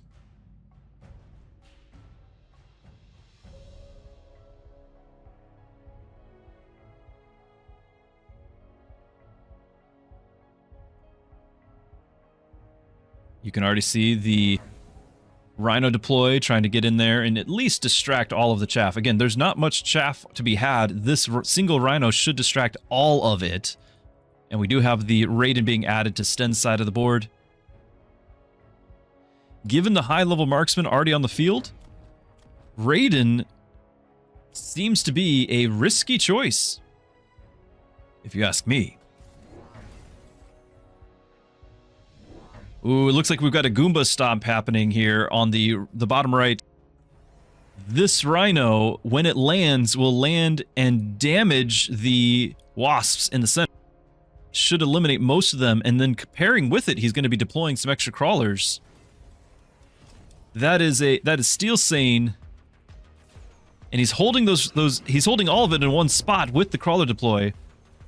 He didn't kill the entire group. It looks like it's a smaller hitbox than I had thought, but it does clear out half of those wasps. The Rhino in the center turned out to be it was his own side, played defensively. I was just getting the colors mixed up.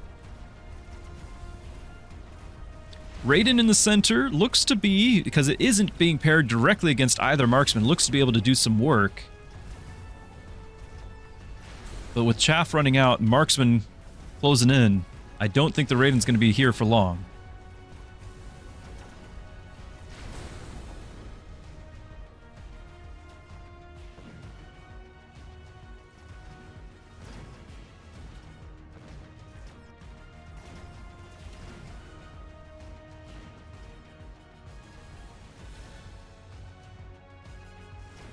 Marksmen taking out each other. Once again, just the nickel and diming of Team Flat White against Noobs or Us. Just chipping away.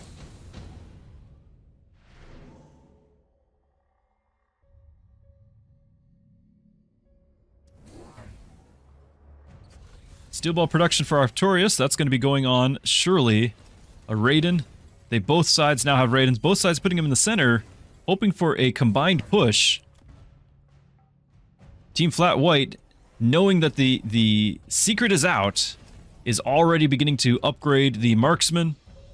We now have a level 5 marksman thanks to the training specialist. Surely they're going to have either range or air spec here shortly. They're under no illusion that they're not needing to counter the Raiden, so they are well prepared for it. You also have an oil being dropped on the ground. There's no ignite for it. That might be next turn, but all it really needs to do is just slow down the chaff, exposing the new Raiden to the marksman.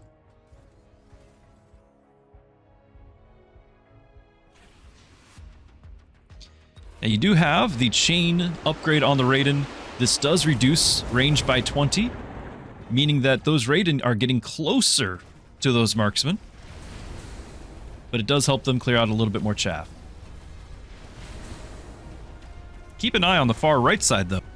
Those wasps leveled up to level 2, and they might be able to just go and circle around and get that flank. Go get the tower. If so, this could be Teams Noobs R Us chance to turn things around before those marksmen all finally finish off the Raiden. If anything, the wasps need to be what carries this game, not Raiden.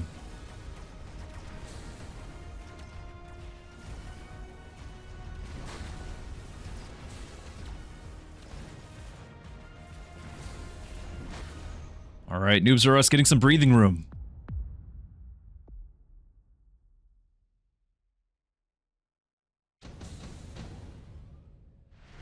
Center Raiden getting a level. Sten picking up a melter. Not sure what Sten's needing to use the melter for. It might be getting sold, though we didn't know that there was Vulcans as well as an option. So Vulcans being added, the melters certainly have a use now. Players are still deciding. On the red side of things, melters do seem a little bit redundant since they already have very high level marksmen. With no other targets, they went ahead and went for the melter anyway, with no other targets aside from the glass cannon Raiden to deal with. And so my thought would have been to just keep going with the Vulcans, clear out the chaff, make sure the marksmen can do their thing, and it really just becomes a marksman melter or marksman Vulcan build. A little bit surprised that Steel Satan has yet to click range on these high-level marksmen. But there's still some time left.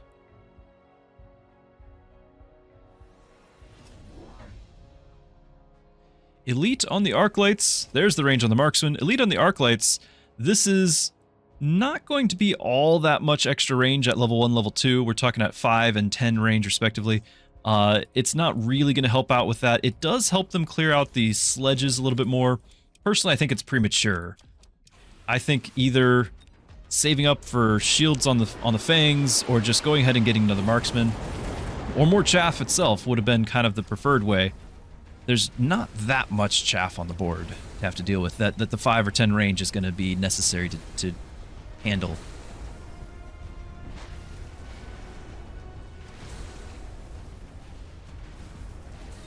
You can see the difference between the non-ranged Chain Lightning Raiden and the ranged Raiden. It's a 60 square difference as far as range goes, and that brought the non-ranged level 2 right into the melter.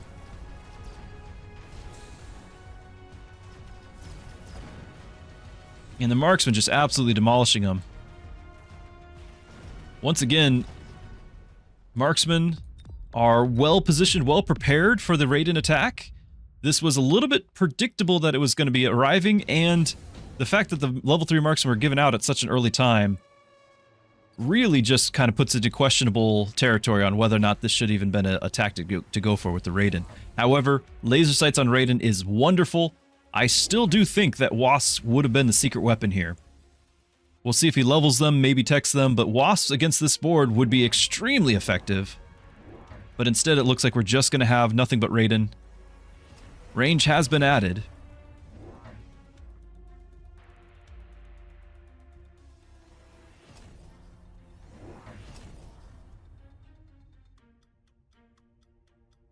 Just continuing to ignore those wasps. Again, they made it all the way to that tower, and there's really no difference. There's still only the one marksman and one fang to deal with them. Oh, there's a second marksman. I apologize.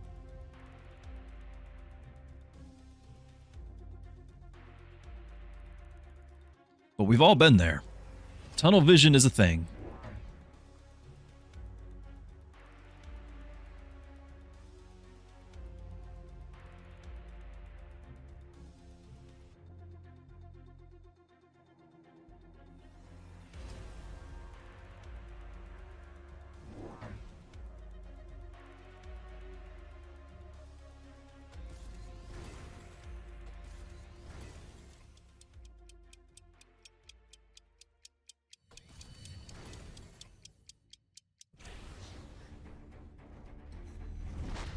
Some range on that Vulcan there with the laser sight, clearing out the entire center with ease. We now have range and chain on all of the Raiden on the board.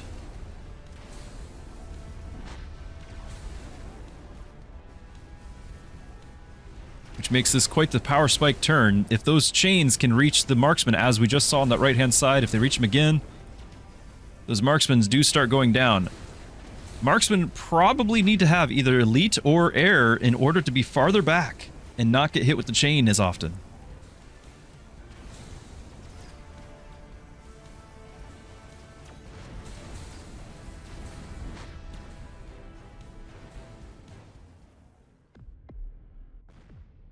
Critical mass might have been reached without having the proper counters in place of the tech on the marksman. Enhancement module, you're going to see that going on some more Raidens.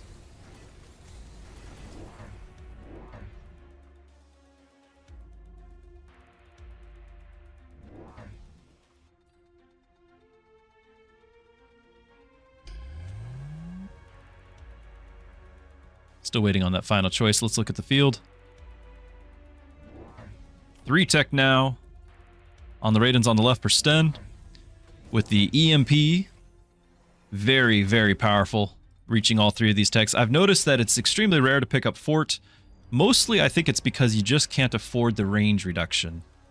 This is a lot more targets getting hit, but losing out on that range is a big deal. Anti-air has finally been clicked on Steel Sane's side. That should keep the archers, the marksmen, a little bit further back. And it looks like we've got Incendiary Bomb in order to help deal with the chaff. However, Arcturus deciding now is the time. The shielded wasps have arrived to keep those marksmen busy.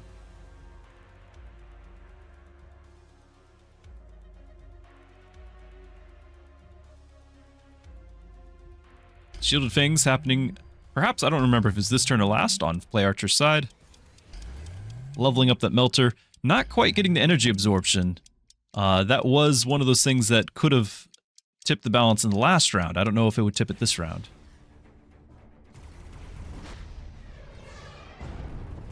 Goomba Stop again, but significantly less effective now that the wasps have shields.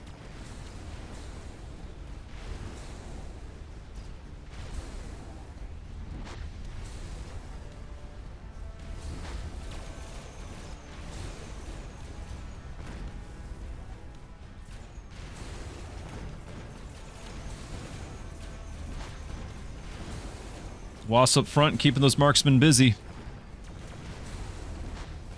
Melting points clearing out the left side, though.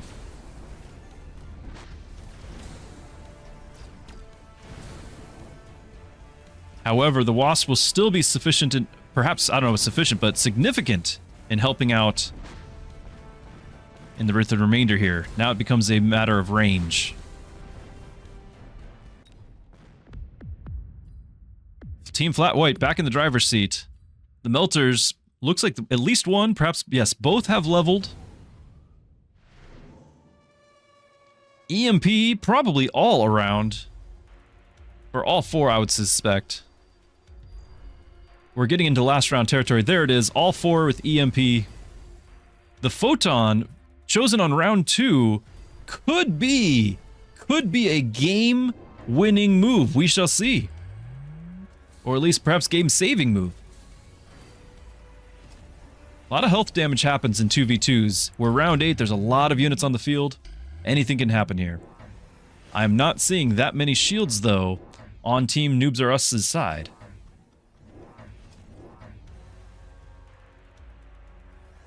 Steel Sane saying I don't need any shields. Arcturus deciding that the only honorable solution is to also not have any shields. And Steel Sane now, having baited Arcturus into no shields, throws on all the shields. They have no idea what each other has, by the way. The Melters did level, at least the one, to level 2. I have noticed the Sabertooth, when we saw it at the very beginning in a standard position, the Saber, we were saying, well, how long is it going to live? We do still have the Sabertooth, having only done 100 damage last turn. This needs to be sold to make room for, say, another Melter. Not having shields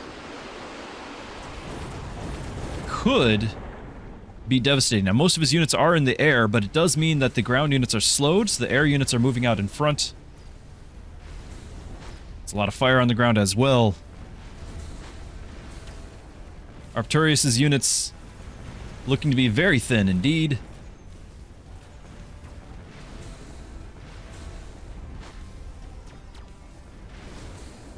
The Mustangs having been deployed, now canceling out the Wasp turn.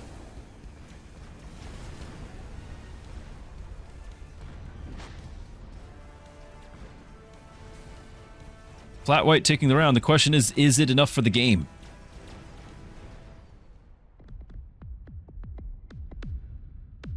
Not yet. We're going to go into round 9.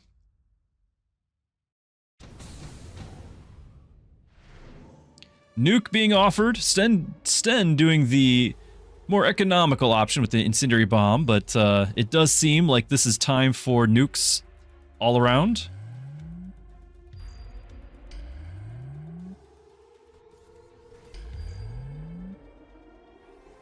Team Flat White, smelling the blood in the water. Perhaps looking to do a center push with these nukes. I do think Sten chose the fire because he's specifically concerned about the portable shield, which nuke would only hit the shield and not the unit. Fire will take out the chaff. So this might have been a calculated move. Sten has not yet unlocked oil either. Now would be the time. Same with Arcturus. There's one oil. You could have 2 oils total being added here.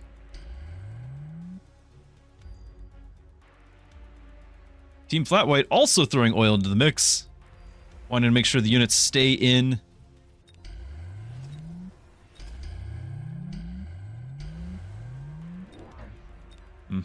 Staying in the nuke.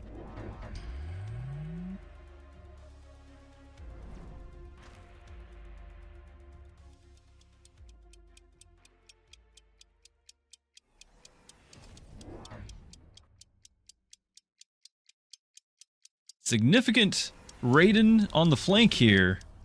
This outside maneuver probably anticipating a dodge of the nukes. Hoping to get to the outside, work their way in. It's a lot of fire on the ground.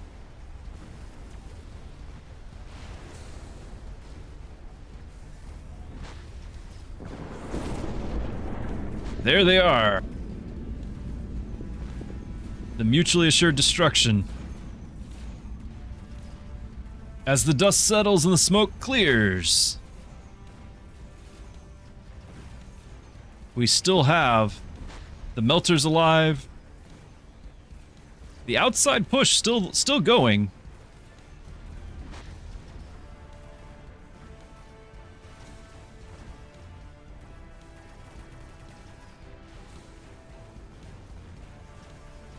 But just not enough chaff clear left on the field to efficiently get to and reach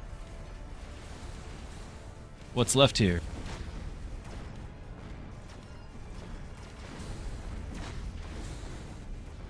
And that will do it. That will do round 5 of the Rust and Furious finals, with the victory going to Flat White. Let's have a look at the standings. All right, it looks like in addition to Flat White having that win, Team Overlord Raumschifffahrtsgesellschaftskapitäne has managed to defeat Salty Owl. And now we see, just being updated, 501 has defeated Woot's minions. I'm not sure if the final team scores have been added up. They have. Uncle Lazy says that they have been added up. So what we have here is a three-way tie. Three-way tie going into the tie-breaking round. We're going to have to wait a minute while the refs decide in what way we're going to have a tiebreaker. Prepare your tactics. Mechabellum's calling. Okay, it looks like Prepare your tactics. we have some information for the finals. Let's bring back into the brackets. Welcome back, everyone. We're going to have, coming up here,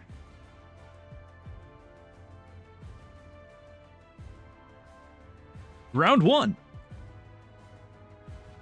With my fancy art skills here. Press the wrong button, change the color. Round 1, we've got Team 501 versus Team Flat White. For those who have not memorized the groupings so far, 501, 501, 501 is Sako and Forgotten Arbiter, and Flat White is Steel Sane and Play Archer. That's going to be round 1. However, since we have a three-way tie,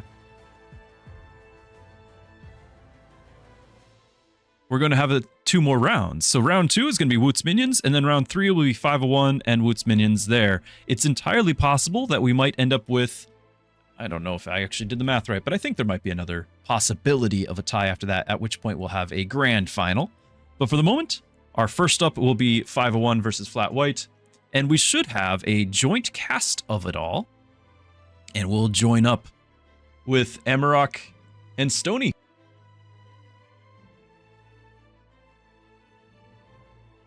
Nation in the qualifiers. We started with 24 teams, and you knocked out a set of them to get down to the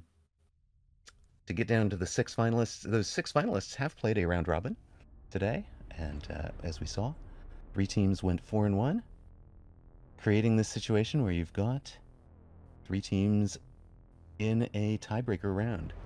So first match here is going to be the 501, 501, 501, who apparently are going to be near side and blue, against Flat White as the far side and red. And what an exciting situation it is. Indeed, this is going to be phenomenal. Bonus Mechabellum. This was not expected. When we were planning this, was like there's going to be a tie in the second place, but first place, a 3-way tie. Hey, I warned you. I'm just going to say I warned you to be prepared for the 5-way 3-2 tie. Fortunately, we are prepared for all outcomes. Everything moving ahead smoothly. All right, Druski, can I find you on the ladder? What's your space? What's your ranking here so I can grab you? Oh, I don't even know if I've managed. The season has not been kind. Nor to me. Yeah, I don't think I'm going to be on the ladder. What I can do is I can just send a message in public chat. Sure. Let me just turn my public chat on. Okay.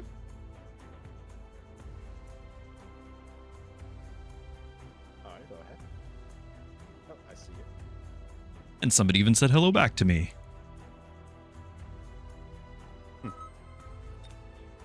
And Ribbon too. Let me just grab a Gucci, wherever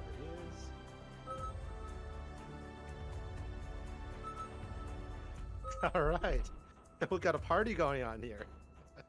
All right. 4 forecasters, 3 teams, 1 champion. The forecasters are here. We can tell the weather. Oh, wait a minute. Dad's jokes granted.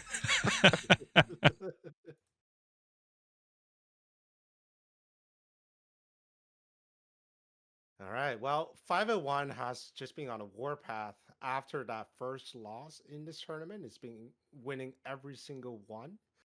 And Flat White, let's see, Flat White won this first one, his second one, did not get the third one against Woot's Minions, but he got all the other games. So between the two, now especially considering the fact that 501 did lose to Flat White in the very first game, do you think this will be a revenge win here for 501, or do you think Flat White will continue its dominance over 501? Any blind predictions? Whoever gets the first raid in. Well, I'm just going to say we do a channel point predictions betting wagering on my my match, and there might be some heart betting, but 501, 501, 501 are 702 to 1 favorites. They've switched. The betting late betting has brought that to 80 to 1 favorites. You know, given that the Flat White is coming from the Russian region and 501 from the what's generally considered the Americas, you have something of the a way that the Flat White won that was a quick tempo game. something of a Rocky IV situation here. Yeah. Yes. Exactly.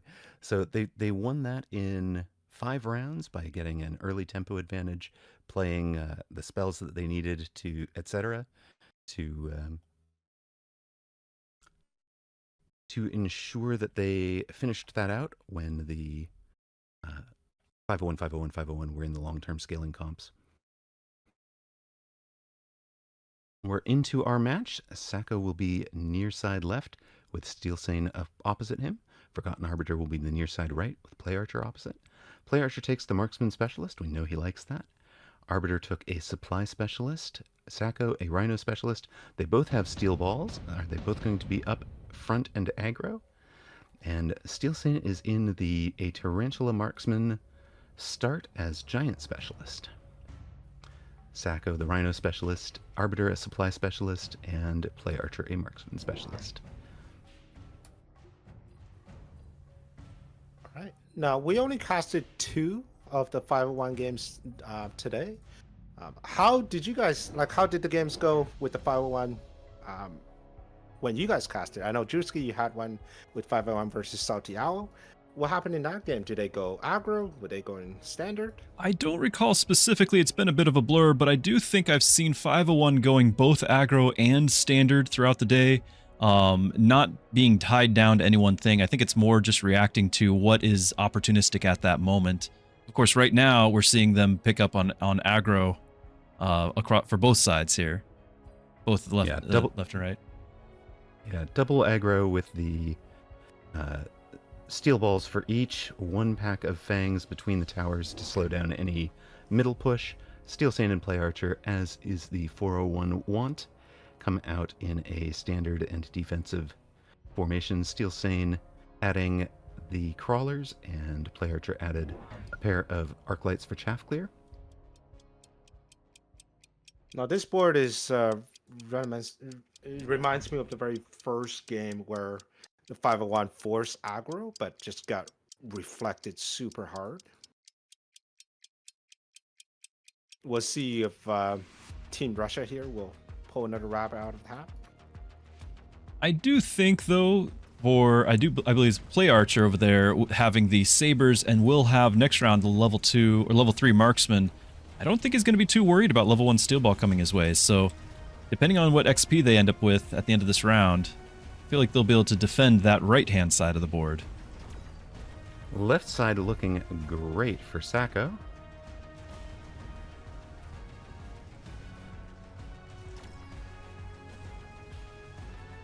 And in fact, they're going to get to outside tower before this middle tarantula gets into the center.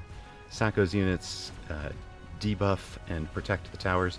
Tower timing might be halfway decent for this tarantula, since it's going to be coming out of a debuff in a moment, and it'll get both towers, but is it enough? It thinned it out for sure. But it looks like one steel ball is going to get on target, and that should end the first round. And it does. Sacco and Arbiter winning round 1 there at 6,500 hit points. Steel Sane and Play Archer down to 5,900.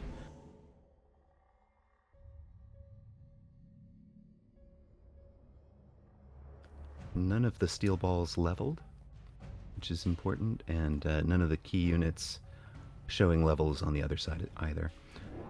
Speaking of key units, wasps are entering the field. Wasps with a Vulcan in front of them for Steel Sane. Play Archer's taking the sledges. Of course, vertical sledges are a really good way to slow down a steel ball push. Sacco takes the Typhoons, and that will counter those wasps pretty nicely. Sacco in my preferred aggro comp, Steel Ball, Typhoon, and Crawler. I love this comp. This is so much fun, and still have yet to figure out a way for that to beat Raiden. And last but not least, we have Arbiter taking the Wasp as well, putting them defensively just in time to cover his flanks from a bunch of crawlers. Nicely played there. I like going with the shallow flank Arclight, which I like. I like both the shallow flank Arclight and that one in the center of Arbiter's board that's going to be able to peel off that center push, delaying it further, maybe even pulling it into the rest of the side. Right, and we talked about the importance of adding those middle units in 2v2. Sacco adds a level 1 Fang right on the line to do the same thing, pulling Steel Sane's units from the middle towers over to the into the main fight as well. Vulcan, however, Onto the spider. that Vulcan shutting down the steel ball push on that left side. That's right. But now, under tower debuff, I think the steel balls might be able to do it. Not with the unopposed wasp getting to him, I think. Going to be close, but we'll see. Yep, they got it. They did, and the Typhoon should be able to clean up the wasps afterwards. Unfortunately, it's going to be doing it during tower debuff when the Saber takes tower here. Not quite in time.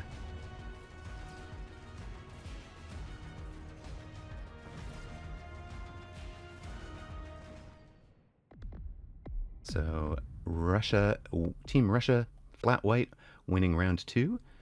501, 501, 501 are down to 5,700. Flat white are at 5,900.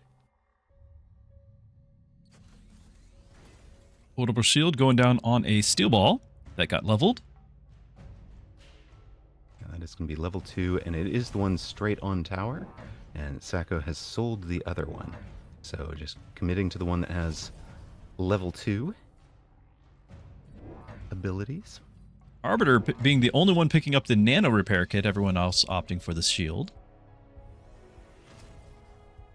Play Archer's shield is on the vertical formation sledges that he's using to try and slow down Arbiter's push. Of course, those are going to be locked onto by steel ball and burned through, but it won't take twice as long, but it will take a chunk longer because of the way that steel ball damage ramps up. And we have our first Raiden on the field. We shall see if my prediction of the first Raiden getting the win. Well, looking at Sacco's board, this looks very similar to the last game when he was going up against Skay. Almost the identical Vulcan placement. And now with the cast flank, that's going to tie up that Vulcan for quite some time, allowing the steel balls at the front just go straight to the tower. So this could be as we saw in the last game, snowballing out of control if you're unable to protect that front, even with Raiden. And critically, the portable shield on the steel ball, it takes 2 shots to off the steel ball from the Raiden. It's going to take 2 more to knock off the portable shield. So it would be 4 shots per steel ball. And with the Raiden's 4.2 second reload, that's going to be like 16 seconds of time. Well, 12 seconds of time at least, that those steel balls are alive and doing their work. And they are, in fact, doing their work. Enough to get them through to tower. So really good choice on the portable shield placement. In Not to mention the response, sledgehammers are still alive in the deep flank. yes, the sledgehammers are actually still there, aren't they? Archer, though, having a significant force, surviving that initial push and now pushing back. And the Raiden will clean up. So, Flat White winning handily in round 3. 501, 501, 501 down to 4,300. Flat White at 5,900. Sacco's Rhino arrives. He also takes the Rhino Assault. Looks like he wants that Rhino to at least be effective for 1 round to get another tower kill. But he sold the Steel Ball to get the item back. I would suspect next round the Rhino goes away as well. The Sacco should be floating a ton of cash right now. What would he do? Last round he went with the double shot sabers, and it worked really well for him. We'll see if he will do exactly the same thing. And it's such a familiar game, right, Amarak? We got the 2 Vulcans at the front, we got the Typhoon, Arclight, and then all we're missing is just a couple of sabers.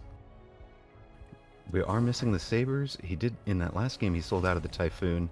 Here he is just going right to the Raiden. So it'll be Raiden and Rhino. For the tower push, there's the mobile beacon for them. All 4 players picking up Raidens now, and you also have multiple Rhinos on the back line there. Yep. Double Rhino drop onto Arbiter's backline. One of them is going to get the Goomba Stomp on some Wasps. If you guys haven't seen this before, a Rhino dropping in onto the field does hit point damage equal to the hit points of the thing it's landing on, or its own hit points, depending, to both itself and the unit it lands on. So you can see that thing landed with some damage and killed a couple of Wasps as it fell through. Probably not quite as many as he was hoping for, but definitely a good example of the art of the Goomba Stomp. Yeah, it's much more impressive when you drop it on, for example, an Overlord or something. All right, the level 2 Rhino got the tower here for Sacco, which means the rest of the board is going to fall for Steel Say. Play Archer, though, is winning his side pretty darn hard. So now it just comes down to who has more Raidens. Well, and not just who has more Raidens, but who has better chaff clear, because there is chaff and Rhinos surviving for both players. Got triple Arclight, double Sabertooth. I think Play Archer may have this in the bag. We'll see. And the level 2 Rhino, though. Level 2 Rhino doing a lot of work. All right, here comes the Raiden face-off. And it does go to Play Archer's Raiden, which will level. So, gold damage dealer for the Flat White, and it's leveling to level 2 for round 5. Now, again, the 501, 501, 501 got tempoed out in 5 rounds. I don't think they are quite in knockout distance yet, but I think they are 2 rounds from knockout if the Flat White put the hammer down. So we'll see. Unit drop. We've got 3 different units taken. Sacco with the Farseer, Stormcaller for Arbiter, and Phoenix to Play Archer. Steel Sin, are you going to complete the set? I do think the level 2 Raiden is a significant development on the field. You also have Shielded Fangs for Arbiter trying to delay this push.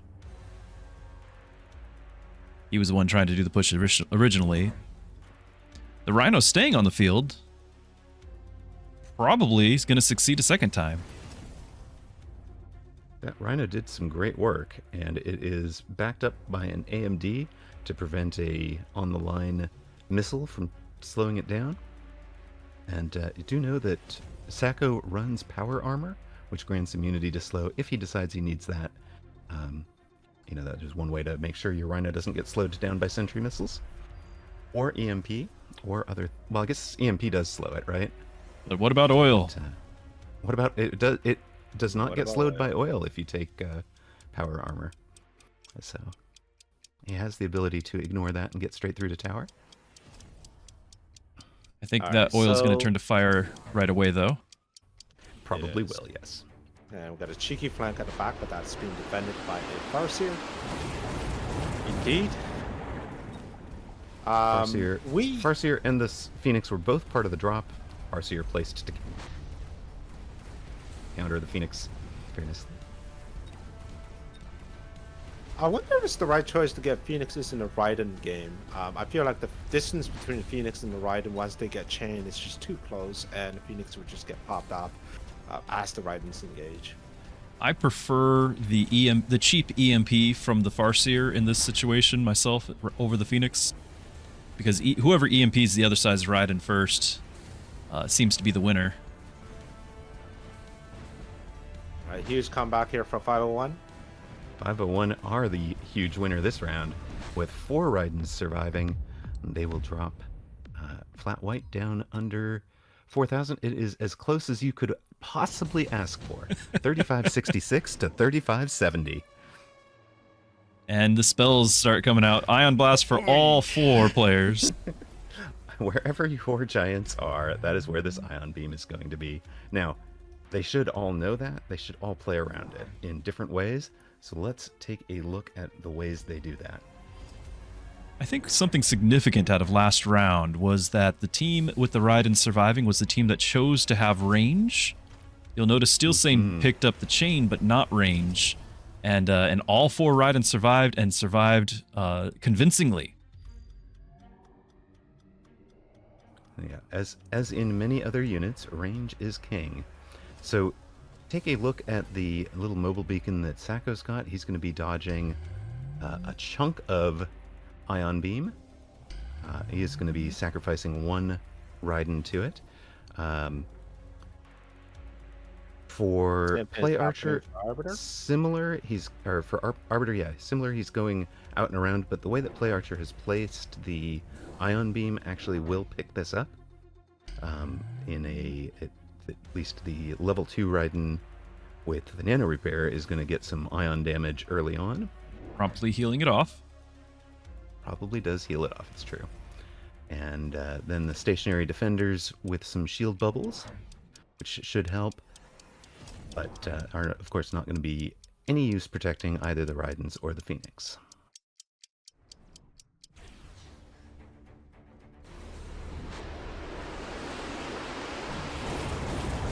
If the Phoenix get caught in this beam, as it looks like they might, that's a pretty significant development, because they're kind of the primary damage to deal with those Raiden.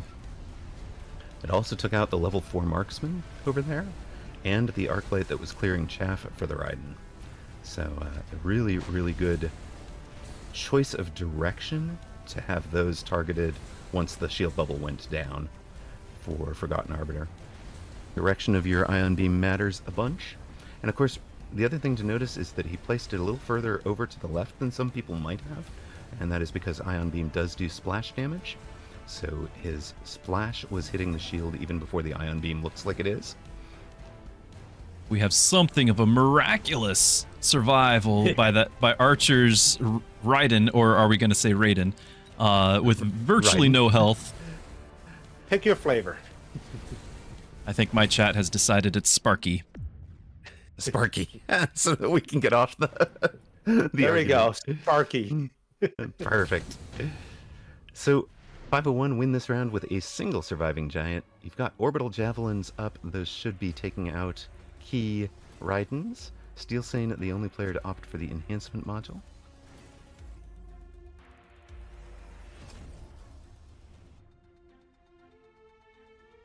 Which goes to level and get out of a Vulcan and then level a melting point. So we talked about this earlier in tournament. Steel Sane, a very economy-focused player, and he does go ahead and take the optimized economy play over the orbital javelin. I don't know if you're going to have enough, how long you can sustain that, but if this game were to go really long, Steel Sane's economy advantage would play out valuably. These javelins are going to be key. Yeah, Forgotten Arbiter dodging his did take temp speed to ensure that they're out of range of that as quickly as they can possibly be. Even if Play Archer guesses correctly which direction he's going. Note he's also going to add 2 Raidens that are just out in the middle of nowhere, where you might not guess that they are. and there's obvious communication there because as soon as he drops those in the middle, Sacco is mobile beaconing to the middle, and I think he's adding his 2 and an arc light to clear the chaff all to the middle. So that was clearly a decided play chosen out of their communal Discord call. They coordinated this to have the middle push to work around the orbital javelins. Those 2 did not dodge, no. There was a little bit of a dodge on Steel Saint's side. He actually pulled back the level 2 Raiden and the Marksman, and it was just enough to make that happen. But with the center tower going down, clearly Team 501 is hoping for a 3,000 damage knockout punch right now. They did both loan for range and speed, while opponents did not loan.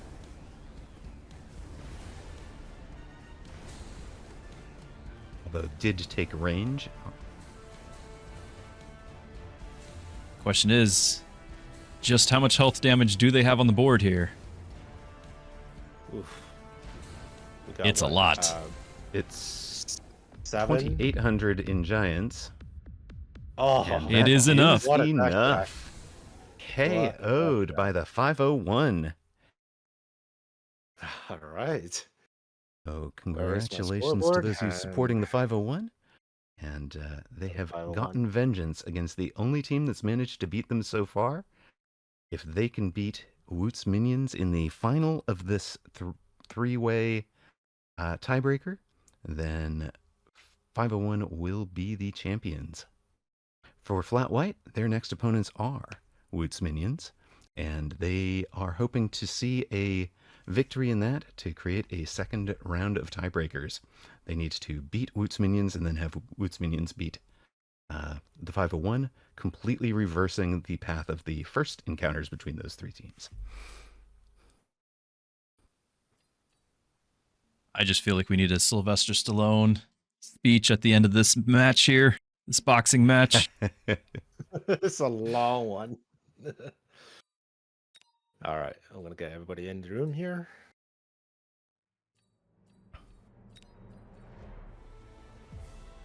Loading up the brackets on my screen here, just in case anyone is just now joining. We're in our tiebreaker finals. We had a 3-way tie of 4 wins apiece. And now we're having to have 3 matches to decide. First one went to Team 501. We're now in round 2. Flat White taking on Woot's minions. With one more round to go after that. Perhaps a tiebreaker beyond. We'll see. Well, it does set up the situation where if Woot's minions can win this one, then they will have created a title match. So that is the stakes of this one. If Woot's minions win, they create a title fight between 501 and Woot's minions. If Flat White can beat it can win, then the 501 can clinch the title against Woot's minions, while Woot's minions would be simply creating a second best of 3. In the rarest of situations, Flat White wins, and then Woot's minions are pitted against 501, and then they win, and then we have to do this whole thing all over again. We can be here all day. It's like baseball. It's not over until somebody is the decisive champion. We don't go to like golden goal penalty shootouts, none of that. No. You're gonna win this on the field. All right, so let's talk about track records. Woot's minions, they have been unstoppable all the way until the very final round 5. They were stopped by 501. They were stopped by 501 in a very similar fashion that stopped Flat White, with both aggro positions, both starting to pivot really hard into Raiden at round 5, and then within the next 2 rounds they finished the game. So now they have both been on the receiving end of the abuse from 501 what do you think they're going to do? We know what Flat White is going to do. They're going to put everything by the tower. They're going to get some stone collars, right? And we know What do what you think Skay's about gonna Boots Minion? We know what Skay's going to do. we know what Skay's gonna do. So the only wild card is chemtrails. Last time these two faced, it was Skay's marksman against the catty corner opposite Play Archer's marksman, and that is how they have set up again. So it might be catty corner battle, and of course each of them was winning their side and feeding XP to each other, which allowed those marksmen to hyperscale. Skay's hyperscaled faster. But here you are. Play Archer's gone for the marksman specialist with 3 marksmen start, and Skay a aerial specialist also with 3 marksmen to start. Rhino spec and supply spec the other 2 choices. So chemtrails near side left, supply specialist with ball crawl. Skay, you're not coming out on the line, are you, Skay? Those are not Oh. assault marksmen. No. No, they are not, but he expects the deep deploy from opponents. Might as well have the marksman up front. Ooh, they're both going aggro here.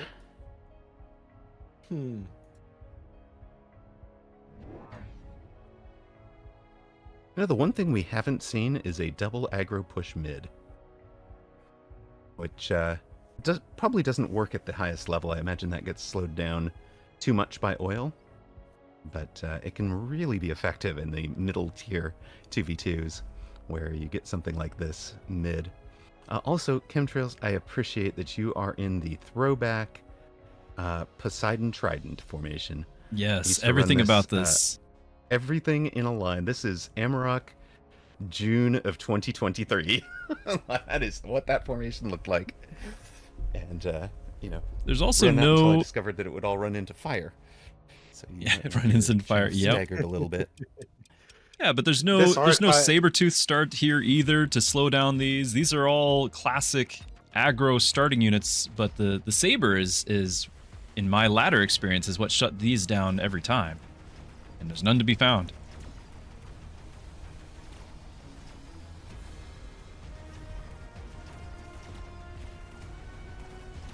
Mine Tarantula get the last few units. Ooh, got a steel balls coming onto the tower.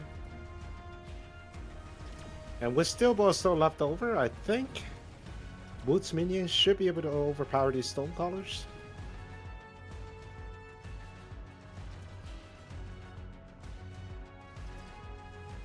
I think it's going to come down to tower timing and the artillery.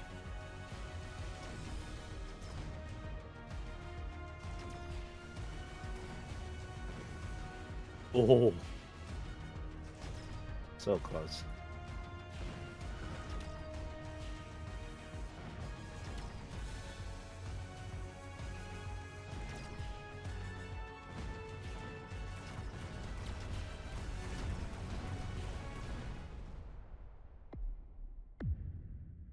Woot's minions winning round 1. They'll be at 6,000 hit points on the nose, with Flat White at 6,150. Having started with a few more hit points. Wasp Swarm, the clear tempo offer.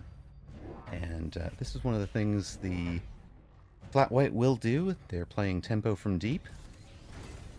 And I know that doesn't make a whole lot of sense, but if you are rejecting an attack, you can wind up doing a ton of damage if all of your units are surviving. Opponents are counting on hitting towers, and you're preventing it from happening. You can get a lot of hit point damage dealt to the bar and cause that tempo loss, and that's exactly what they did to the 501 in that first game. Here you see a double Wasp call-in on the same side rather than splitting them. Oh, Not now anymore. splitting them. I like them better on the When same you say side. They're on the same side. They're on the same side. And now they're on the same side again. You do have Skay actually picking up an actual Wasp unit. I almost expected a tech upgrade or something, but it's round 2. But even so, that means more Wasps on the field. Late into the match, that might end up being the tiebreaker Right. late into this particular round. And it could also, position him to have the teched wasps late game.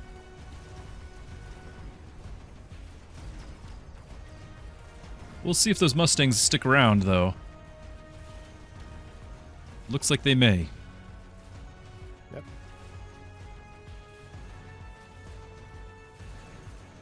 And this is something that being the aggro player, especially both of you are going aggro, is just so difficult to prevent. Like you have no idea where the double wasp is going to come in from.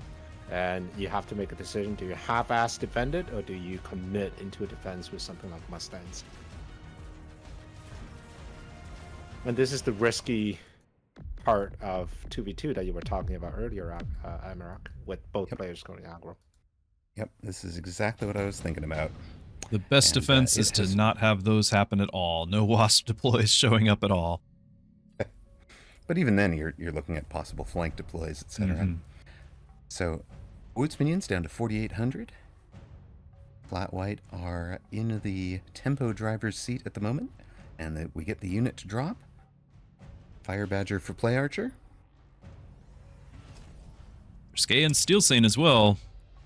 And Chemtrails bucking the trend with the Fortress on the line. We saw how effective that was for Forgotten Arbiter.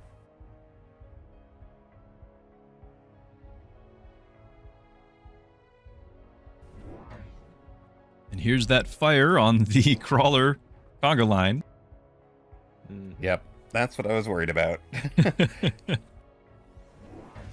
I learned not to do this. I learned to do very staggered. I'm curious if Skay is going to level those wasps.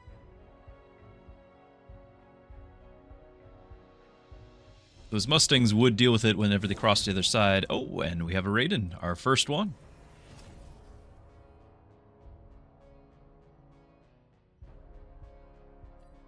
So you know how we said we knew what Skay does? Skay is not doing what Skay does.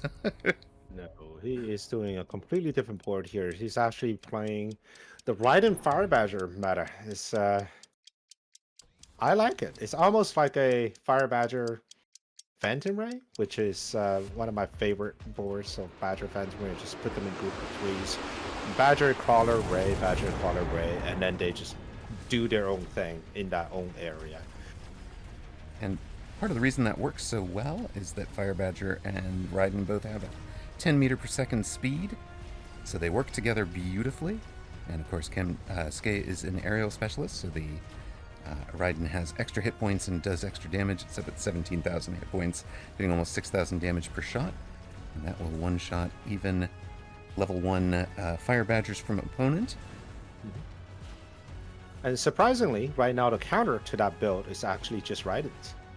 The Raidens gets rid of the Fire Badgers super quickly, and without that efficient chaff clear at the front, your Raiden would just get stuck on lots of fans and lots of crawlers. I do think there's a very subtle difference between the two boards, as the board will get reset here in a moment. Since they both have Fire Badgers, you'll notice that Skay's Fire Badgers are placed vertically, which I think is advantageous against Raidens, whereas Steel Sanes are horizontal, which can take the full blast of the 3-shot Raiden. All three, yeah. The horizontal was better against the old deployments, right, when you would have, you wanted to hit multiple different chaff units at the same time, you wanted the width of napalm. Yeah, they may not have adapted to that Raiden meta yet. Of course, there will be fire on the ground for all players, and Steel Sane taking advantage of the Rhino drop to a mobile beacon to a completely unprotected tower. He is the Rhino specialist, and Chemtrail's obviously not thinking about that at all. This is something where Skay would need to call that out to him, and they've talked about how they don't necessarily coordinate things like this. They do coordinate the spells. So 401 players playing very conservatively. They've got shields up that will block some of those fire call-ins, where the aggro player's not really able to do that. One fire in the flat white half of the field. The other one could have potentially been blocked by a shield, but it's a pretty unlikely shield to play. That is one trend I've noticed after seeing quite a few of these flat white games is they tend to favor shields whenever their abilities are being called down, whereas like last game with Sacco, they tend to just favor mobile beacon, whether it's a javelin, whether it's a lightning storm, just kind of get units entirely out of the way. It's an interesting difference between the two play styles. If I were to guess, I'd say that's coming from a standard player's perspective versus a aggro player's perspective. The aggro player can't generally utilize shields as well because they're playing on the opponent's side of the board, whereas the standard certainly can, the full value of the shield, full area.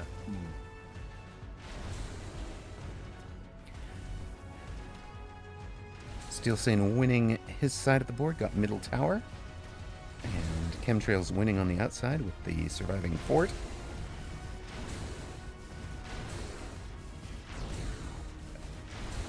And goodness, Skay still has a surviving Raiden. Again, you mentioned Raiden with range, surviving early rounds. Getting those winning levels. Range wars. And it handled that level 2 Rhino and stayed alive long enough to level. So he'll have 2 level 2 Raidens if he wants Raiden levels. He's also sold out of one of the Fire Badgers. Now we get a unit drop that you could be selling or could be adding to the board. Scorpions for Skay and Play Archer. Farseer for Chemtrails.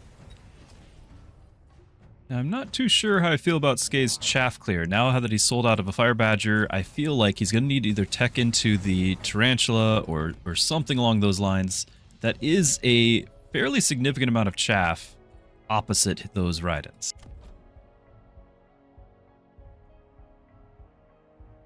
I think what he's banking on is at some point he's going to put 3 Raidens with chain and range. Raidens with chain actually chaff clear very decently. That's 2 shots into every chaff squad, right? So maybe that's what he's thinking. Just kind of use the Raiden or range Raiden to do that initial chaff clear. Yeah, it's entirely possible. He is adding more spiders though to help solidify the center. And he teched range on him.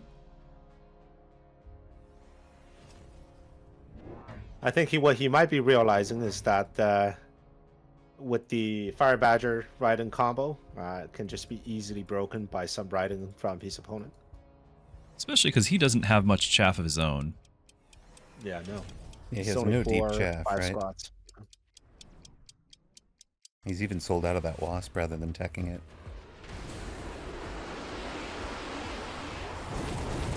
Very interested to see that level 3 Scorpion facing off with the forts. If it'll have the opportunity to reach the forts. It's being shot at by the forts. Well, it's being shot at by everybody. Yep, nope. Too much never chaff had for that. And that has all but leveled that one, the fort that got the killing blow there.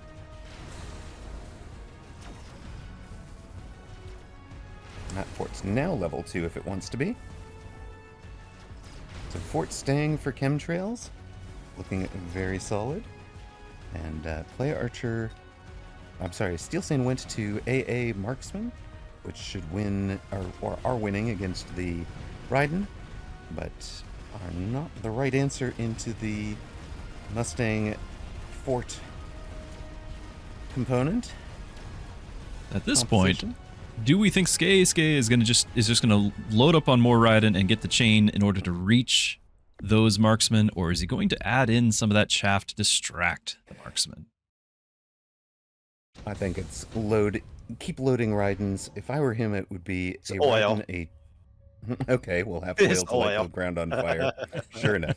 I was going to say, for me, it would be a Raiden tech, and a chaff every round at this point. It's like he picked up the AoE on the Tarantula, help clearing out the chaff a little bit more. All right, we got Spider, HE Spider into Raiden. Yesterday, I played about 3 to 4 games with Uncle Lazy, and I told him, I'm going to go HE Spider with Raiden. What are you going to do? And it turns out to be a very effective build, even if you know beforehand. So give it a try. So the way it works is that the Spider, of course, one of the best chaff carrier units if you can get both of these tags and if you can actually reach these units. Get rid of the chaff, Raiden comes in with range and chain, kills everything else, while the Spider may still be alive just because of how tanky they are. The only real answer to that is probably a War Factory, maybe a Melting Point. But this is looking pretty good here for a Skate's board. Uncle Lacy's comment is, it hurts. Well, we do 401 have a bit are of a again doubling up on one side. They've had to abandon the side that they hit last time, which is now protected by Mustangs and Farseers. They're going for a double call-in on Skay's side. And this is where where I they'll be- think Chemtrails should have been supporting the partner who does not have the Farseer to defend with their own deploy of the Wasp. Yeah, a mid deploy or outside deploy, and possibly even recognizing that this was the correct play for opponents, a mobile beaconed Mustang from his side could have been really valuable. However, the tower went down even before the Wasp could get to that tower, thanks to the Raiden's range. Raiden's, well, Not enough, though. Not Woot's enough, minions but- have hit both sides outside towers and still going down. Yeah, the Wasp really did a lot. I mean, without those Wasps, the Scales board was quite powerful. Yeah, Chemtrails doing the defensive Wasp when you already have the defend. Really should have been looking outside there to see if the partner needs the help or not. We have Ion Beams, though, once again offered. I'm going to suspect all four picking them up. They do. But it looks like Steel Sane is playing his on top of the forts rather than supporting partner over the Raidens. Gotta wonder if that is a bit of a mistake. Just gonna light the ground on fire.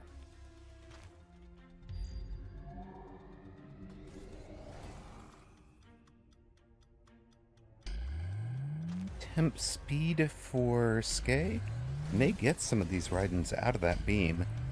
Certainly going to get this Tarantula out of that beam as well. Don't think it gets the Scorpion out, but it might get it out alive, just injured.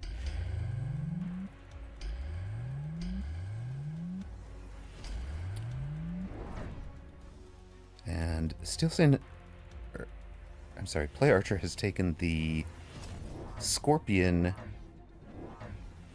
range, which I think is interesting in a defensive position. I think you probably want double shot or acid. Like, dropping acid into the fort's way would probably have been more valuable. Skay goes for double armored rhinos with a mobile beacon. Nobody sees that coming. There is a missile that will slow... Well, maybe the missiles slow one or two of them down. They were supposed to slow other units down in the ion beam.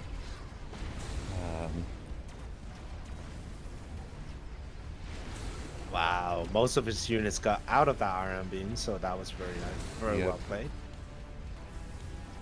It only hits one Raiden, while Chemtrails is winning his side really hard at the moment with ranged forts. So the forts now outrange the Mustangs just barely.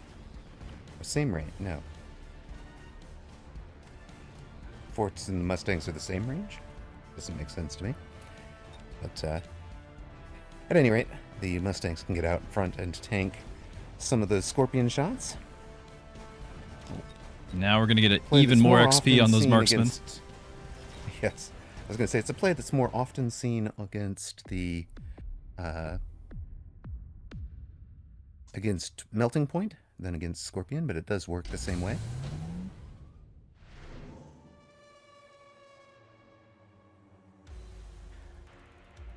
So Flat White in control of this one. They're at 4,900 hit points. The Raiden board for Woot's minions down under 1,000. They've got 900 hit points left. Again, if Flat White wins this and Woot's minions beats 501, then we will have a double tie. If Flat White, either way, if 501 can win that last match, they are the undisputed champions. melting points for the flat white team and sandworms for Woot's minions. Looks like Chemtrails sold the sandworm, however. Funding the offense. It fires off cooldown, so this is usually does not bode well for the aggro player. We'll see if that photon emission is going to be helpful at all on this new Overlord showing up. And Raiden's entering the field over on Chemtrail's side. Needing to shake things up, apparently. Riding with Chain, trying to get through and hit the Fire Badgers through some of the units that are defending in front of them. And possibly also be hitting the Scorpions. The Scorpions now have acid attack. So even if at the start of the round that might be hitting the front of the shield and dropping, but eventually it should be within the 15-meter range, because it'll be shooting at Mustangs that are only 5 meters away. Yeah, 150 meters for the good Mustangs, power. 155 for the forts. Both towers going down. Go down. Oh, that's a Significant amount of units Unions are alive. going to have a huge round. That was very unexpected because we both got fire, and you would think that the aggro player would be at a disadvantage here, but no. It's not over yet. We still got a level 3 melting point. With very One little tap health. away from dying. And those marksmen still getting some work done. They have saved a lot of damage, but it's about half the hit points off of flat white. They're down to 2750. Woot's minions on 943. This should be the last round of the game, I would expect. And I believe oil is off cooldown. No, the oil is not off cooldown for Woot's minions, but it is off cooldown for Steel Saint and Steel Saint only. Skye and Steel Saint have taken the wasps and played them opposite each other. Woot's minions still have both oil from tower available.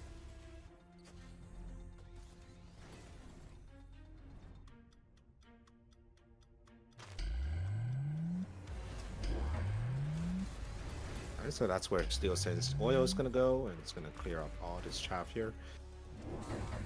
So Chemtrails did long range speed. Skye has not, and I find that one really fascinating where as a team, I would prefer our economies to be in sync.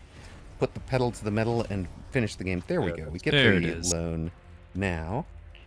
And the Russians also out of sync, with Play Archer having taken the lone in range, and Steel Saint just in range at the moment. How do you feel about these level 1 sledges up in the front row? Supposedly taking on the Mustang and the Fire Badger, but they're level 1.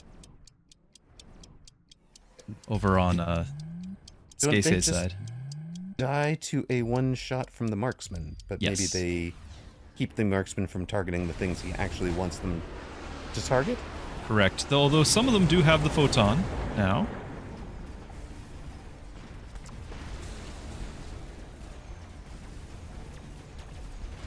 And let's see if the Scorpions on the left-hand side is going to do a little bit more work than the previous rounds, now with double shot, so they can kill giants fairly efficiently. As long as they get Not to target into before the Orc's tower. Bane. Yeah, acid does nothing to the shield, right? It's a very convincing round here from Cam. And for Skye, it's still hanging in there. With Still that got a tower about to single drop, though. weapon.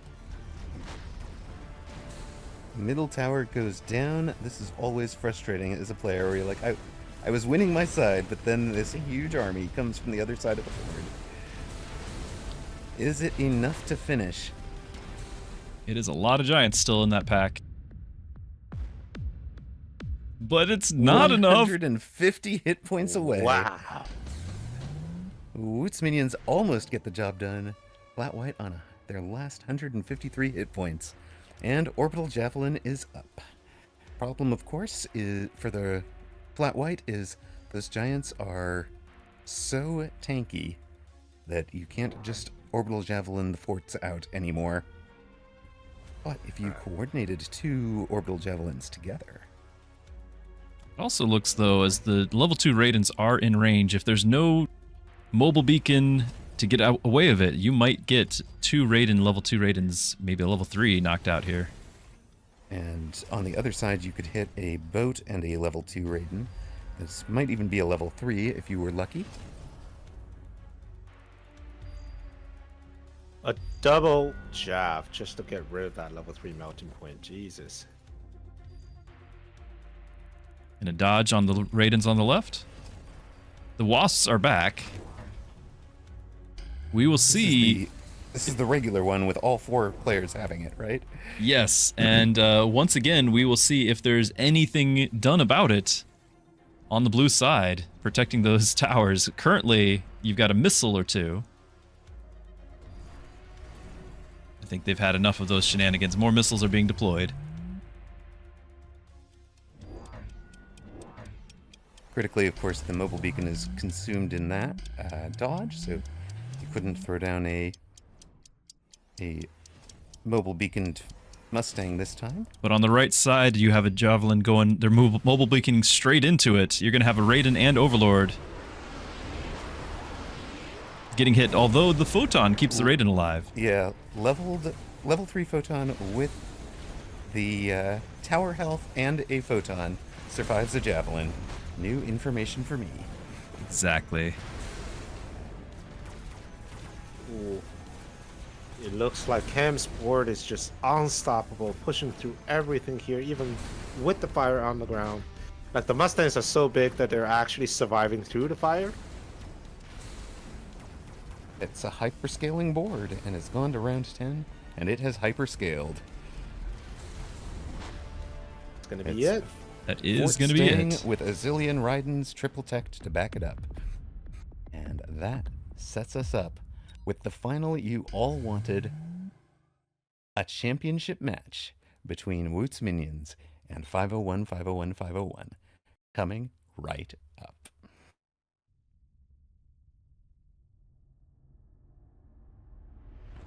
Level 3 fort over here did 250,000 damage over the course of the game.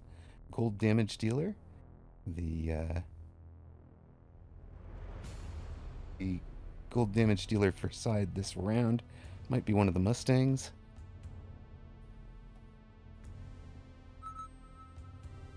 Now it's the level 3 Raiden on the Skaze board. It did 362,000 damage, so 1/3 and did 63,000 on that final round.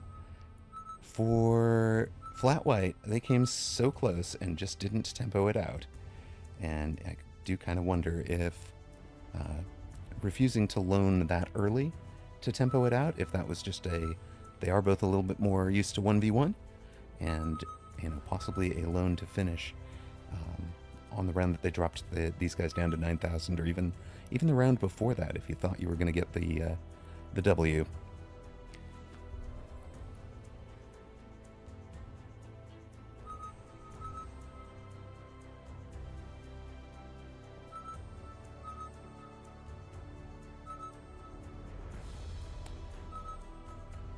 All right, looks like the 501 will be the far side.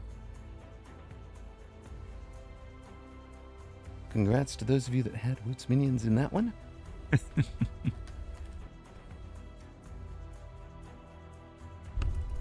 Definitely a lot of effort going into all of these matches. These are some seriously tough fights, though we have certainly seen just about every one of them ending with Raiden on the field.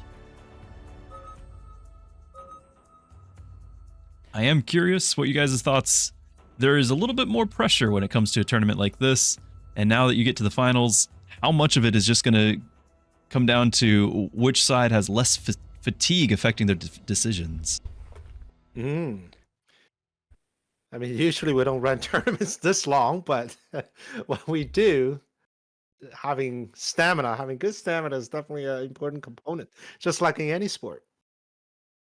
It is a difficult thing to maintain the highest level of concentration for what will be going on 4 hours. This match will finish at the 4-hour mark, and that is really tough. Like it's something I've noticed in my streams. I tend to have about a 2.5-hour window of really good performance, and then a 2.5-hour window of poor performance. Like that is my stamina window. Like 2 hours I can maintain, but I can't maintain the concentration for the full 4 hours. And that might be one of the things separating me from having a substantially better MMR, for example. Kind of insisting on playing 8-hour streams. And so I'm interested to see like which of these players has that kind of stamina. You know? So it's really 6 hours of poor performance. Then at that point, you got your 2 that you're good for, and then you just keep streaming for an additional 6. Well, no, it tends to go in kind of like a wave. It'll be like 2.5 hours good, 2.5 hours bad, 2.5 hours good, and then when it starts tailing off the second time, I'm done. So there's usually a dinner correlated to that second wave of good performance. But you're not wrong. You're not wrong that the stamina and fatigue are going to matter. As we saw the last time these two teams met, the 501 came out aggro. We saw Skay's defense in standard.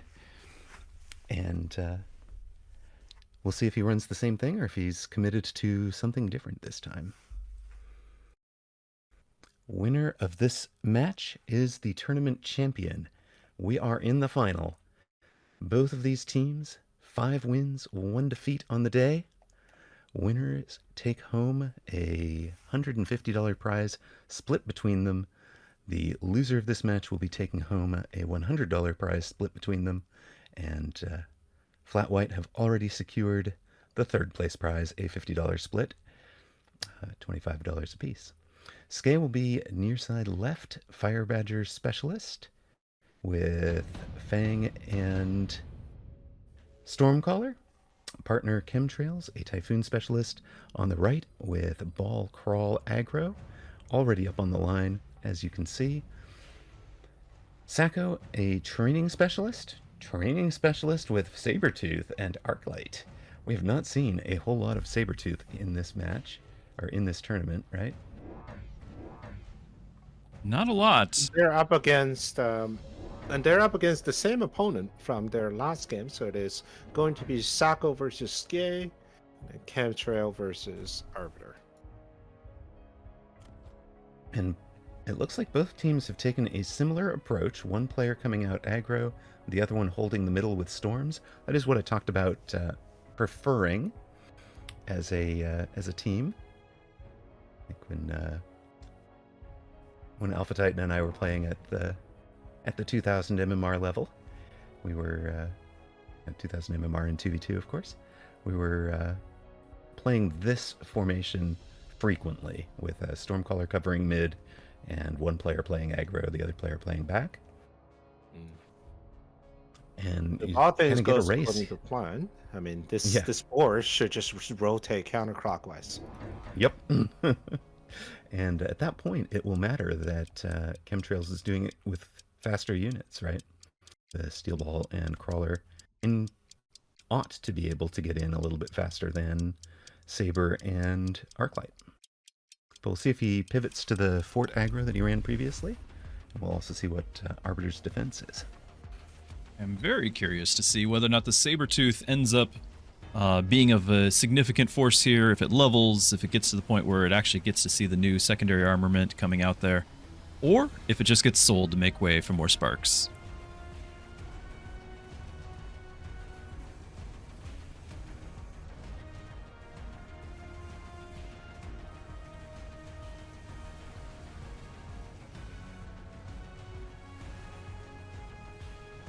Woo, we actually have the spillover Stonecallers getting through the middle tower. I thought for sure Skay got the first round in the bag, but that is until the flanking Stonecallers came into the play. Yeah, So Arbiter actually winning the middle, and that wins the round for the 501. They're at 5,000 hit points, and Woot's minions down to 4774. Fire Badgers adding to the field now.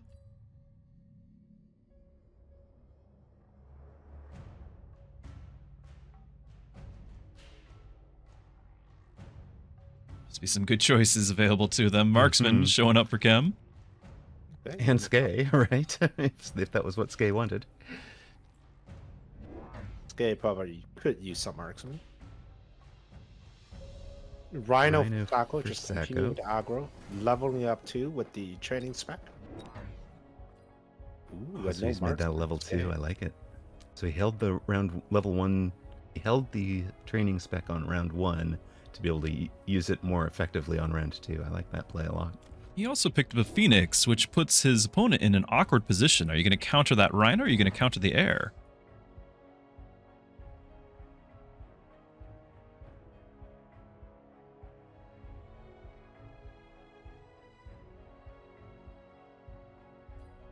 All right, nothing yet from Arbiter, but looking at his board, he might benefit from. I guess he's decided to choose the Mustangs. I was going to say he might benefit from the Marksman as well. It's Mustangs, 1 extra arc light for Arbiter. For Skay, flank Rhino and distraction Crawler, along with 2 Fire Badgers, 1 from his specialty and 1 purchased normally. Tower Whereas upgrade as well. Chemtrails has the Typhoon coming next round. Arbiter has the Farseer coming next round. A very good pull, getting all his units The back, but entire team getting pulled there. Yeah. Why are you aggroing your back corner, sir? And now we got the crawlers getting straight to the tower, which means all this unit's going to be fighting under debuff and the constant barrage from the Stonecallers. That is a really nice play from Skay. And he set it up with 2 different units, right? One to start the pull, and then the second one to complete it. He was not anticipating the Rhino to be level 2, though, from that training specialist, so the Rhino still manages to get through and just is chewing up everything in front of it.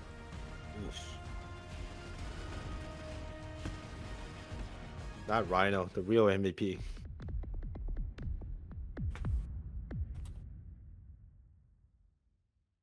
Remember, this is only round 2. To be facing a level 2 Rhino is not at all what you want to be doing. And we got Nano Repair Kit, and guess what unit that's going on to? It is already on the Rhino, and the Rhino already has a mobile beacon. Chemtrail's also taking the Nano Repair.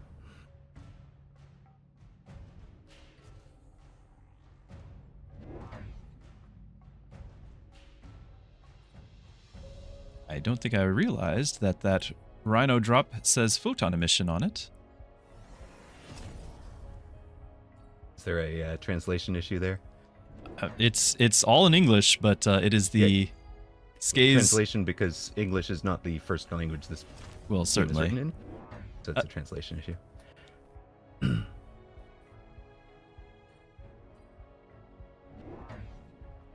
So he's going to use this mobile beacon, the horizontal mobile beacon, and the reason you do these crawlers horizontal like that is that the, or vertical to the tower if you're thinking from the face of the flank. But the reason you do it this way is that the missile will miss the last couple of crawlers off the back, so a sentry missile doesn't hit the whole pack.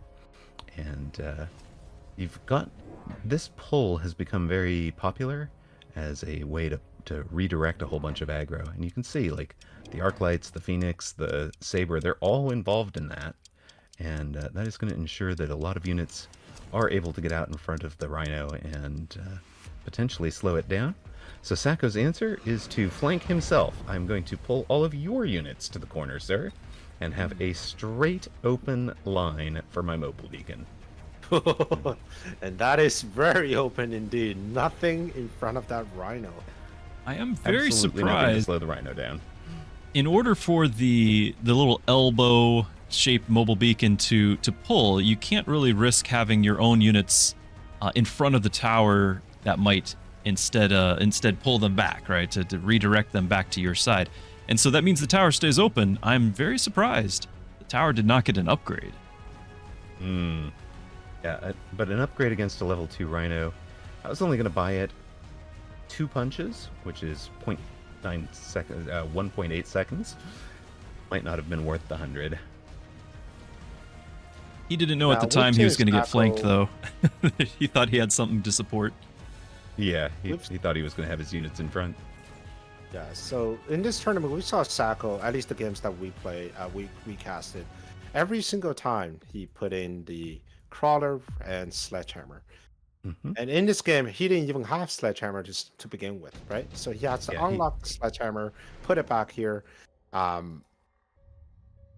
He might be onto something. So for those of you that are watching, that are wondering how to use an effective flank just to tie up as many units as you possibly can, is that going to be an arc light with the crawler? Is that going to be typhoons? Sacco Yeah, thinks it's going to be sledgehammer crawler. That is the cast pull right now. Cast debuted that about 3 or 4 weeks ago.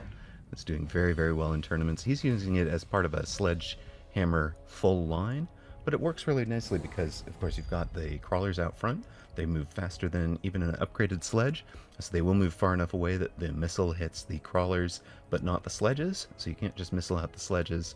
And then you've got 5 different bodies back there, so even if there's something that does large single target, it's not going to take out the full pack.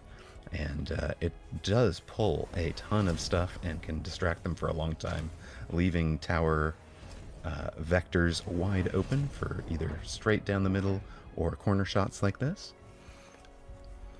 It is surprisingly effective, and it's often followed by a secondary shallow flank up here to pull the units that have run down into that corner up into this one.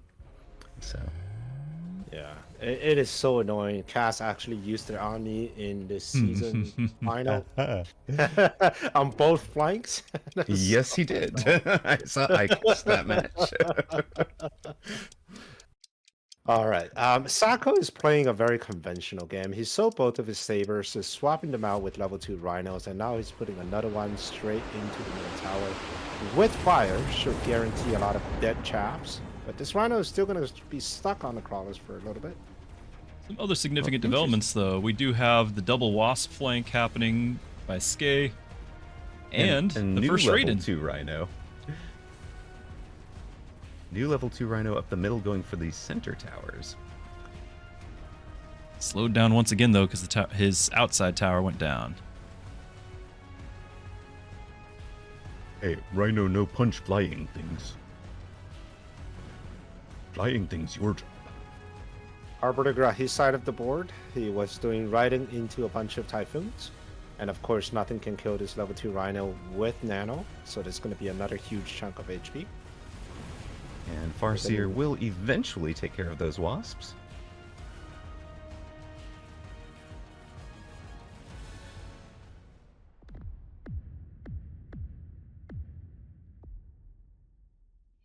I think the momentum here on this turn is not insignificant because they not only won the round, but they won it by pivoting into new units as well, putting them ahead of this game for the next shift in momentum.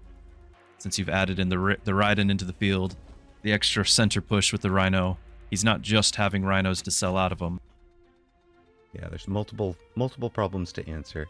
You're seeing double melting point drop from Skay and Chemtrails, and Skay's answer to the Rhino up the middle is going to be a War Factory. So he spent 200s to unlock that, and is going to have War Factory v level 2 Rhino in the middle, and level 2 Melter v level 2 Rhino on the outside. Whichever one of these you want to come after, I'm going to play defense.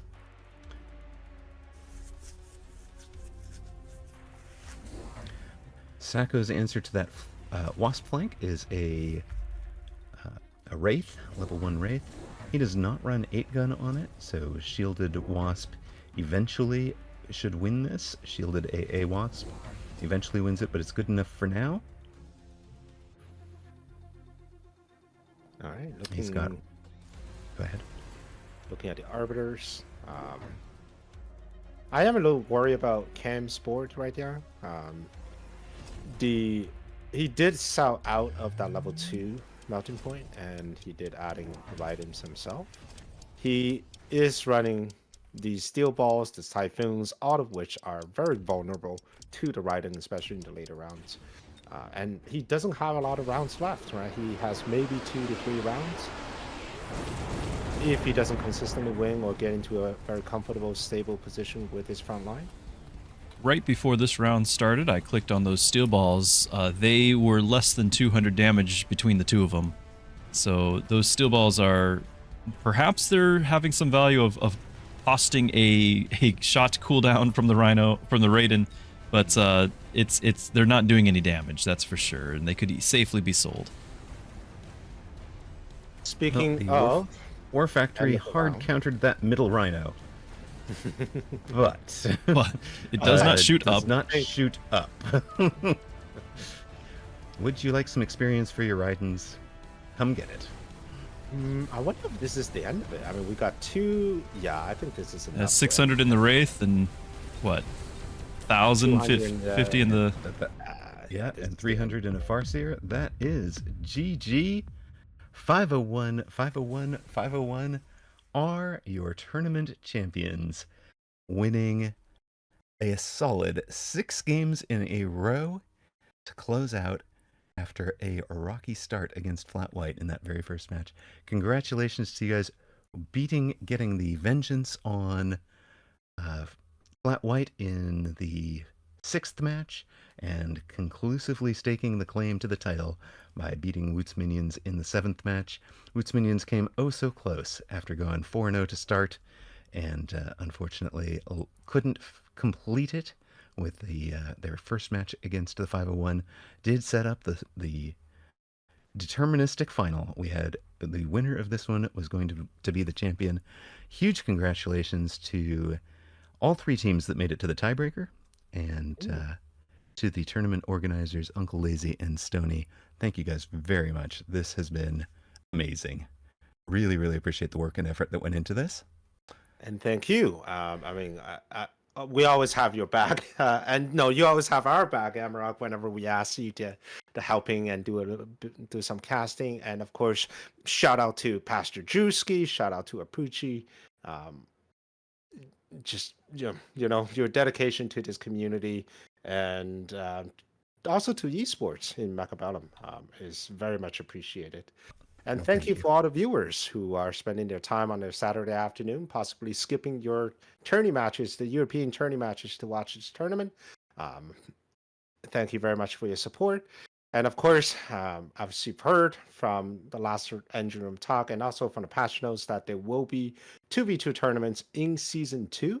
So we definitely are looking to do more of these prized tournaments. One is just to find out what crazy strategies are lurking among the population from these top players, and 2, hopefully we can use some of these games as tutorial examples, because so far a lot of the 2v2 games are very much casual. Even the ones that are at high level, which some of which you've seen today, are more or less played at just 2 1v1 games, right? There should have been a lot more interaction, there could have been a lot more cooperation, and that's really where a team sport shines. Yeah, that is what I was going to say. Is I didn't feel like this highlighted the best 1v1 players playing very well at the 1v1 level, at on the 2v2 map, right? But it did not highlight the best 2v2 team interactions that you can get, and I think that there's still room to explore the high end of that meta. All in all, I think I find it always very exciting because Druski, any last words? Oh, certainly. I thoroughly enjoy the 2v2 meta. I'm excited to see what comes of the tournaments, as you guys were just saying. But I've always enjoyed the fact that when you do have games that, even if they are 2 matches of 1v1 side by side, the fact that your hard counter to your opponent might be itself getting hard countered by your ally's opponent does mean that you need to be thinking a little bit more of the 4D chess. How am I going to counter that other opponent at the same time as still dealing with my own? And that kind of gives this a little bit more variety than a straight up 1v1. And I've always enjoyed it. I do think it's a little unfortunate that we have it on the shortly after patch day final, and that we had the qualifiers were conflicting with the end of season tournament for season 1. So I think we'll probably do a little bit better job of scheduling that next time. For sure. Just in terms And also, of we weren't expecting as much of an impact or this much of an impact from this new patch. I think a lot of Yeah. players are still figuring out how to deal with Raiden, how to play with it. But hey, it I think makes we for do some need very exciting games. Yeah, I think we do need to make sure that we're thinking about that in terms of new units when they come out. It's very, very difficult to balance them, right? So Oh, if absolutely. we remember when Wraith first came out, when what else was initially problematic? Wraith actually that was was before my laughed at. time. Wraith Yeah, was Wraith was laughed at the highest level. That's true. it was very much not used whatsoever for the first several runs of it, and then Right. all of a sudden, and there really wasn't much of a change to it directly. I think it was the meta shifted, and suddenly somebody No, tried it in It got aggro. buffs. Hold on. Cat Samu and I had been running it in aggro and figured out how to run it well in aggro. And Cat did most of the work on that and then taught me how to do it. And so he and I were running it in aggro, and then it got buffs. And as soon as it got buffs, all of the top players grabbed the same aggro formats and started using it to push the aggro, but it wasn't getting used at the highest level until it got some substantial buffs. And it got two buffs in a row, and each time I was like, no, it's perfect where it is. It was exactly right where it was right before those 2 patches. And the reason I'd say that is because you could make it work, but it took skill and effort, right? And I think that's where I want every unit to be. I don't want any units to be yes, just slap this down in this format and you win games. Let's get it to let's get each unit to have a niche, to have a role, but to make it really shine as your carry unit, you have to have some skill to pilot it, right?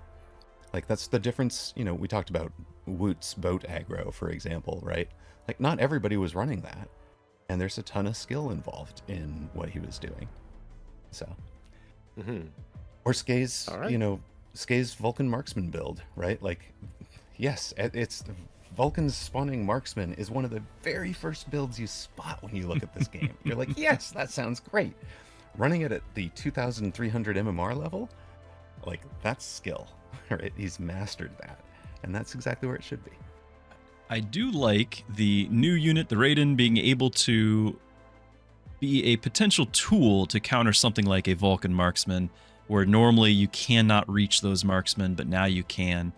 But I think today, and for the first couple of days since the patch, what we have seen, even after a 20% damage nerf to the Raiden, it is in the classification of a unit that you can just, as long as you buy enough of them, slap them down, you're going to get pretty good results, and without much effort. So we were talking about this on my stream yesterday, and I'd love to throw this out to both of you for thoughts, and possibly to have it in the back of Stoney's mind for conversation with Bear Lake tomorrow. Raiden has a pretty slow turning radius, and the unit icon makes it really clear that this thing should be shooting forward. I wonder if the right debuff is not numerical balancing, but just making it this powerful, but only in a very narrow firing arc.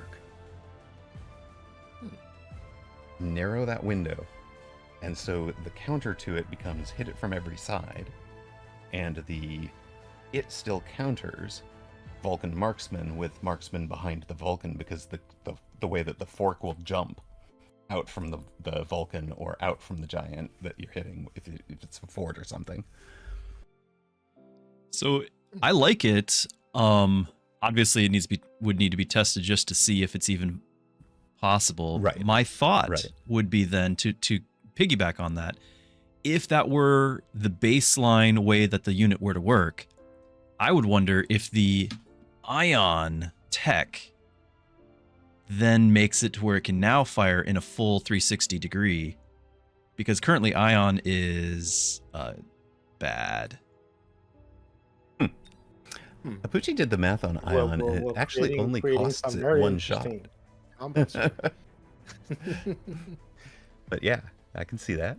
I can see that. Yeah, I mean, writing is definitely going to be a pretty big topic in tomorrow's talk. And speaking of tomorrow's talk, so we're going to have our episode 2 for the engine room chat with Bear Like tomorrow on this Twitch and also on my YouTube live at 10 a.m. Eastern Standard Time. So we'll see you there. All right. And with that, on our anything channels, else? let's put the link to that, if you don't mind. Yep. PastorDruski, throw out the link to youtube.com/Stony Mechabellum. Stony, what's your Twitch handle? it's just Stony Mechabellum.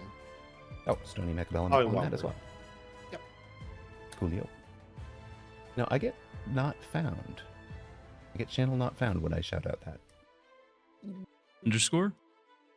Underscore, Oh. yes. I'm sorry. Stony underscore Mechabellum. That, see if that works. works. Okay, excellent. There you go. So you guys can follow those developments live on either of those channels. And really good luck with that. I appreciate that you're doing that. I love that that's becoming a regular feature for you, Stony. And again, huge thank you to you and Uncle Lazy for Yeah. putting together this tournament, and to congratulations to the winners. Absolutely. It was a lot of fun. Thanks for the invite to be able to join in. I appreciate you. All right. Thank you all. Thank you everyone for showing up. And thank you for watching. And we will see you on the next one. All right. Cheers. Bye-bye.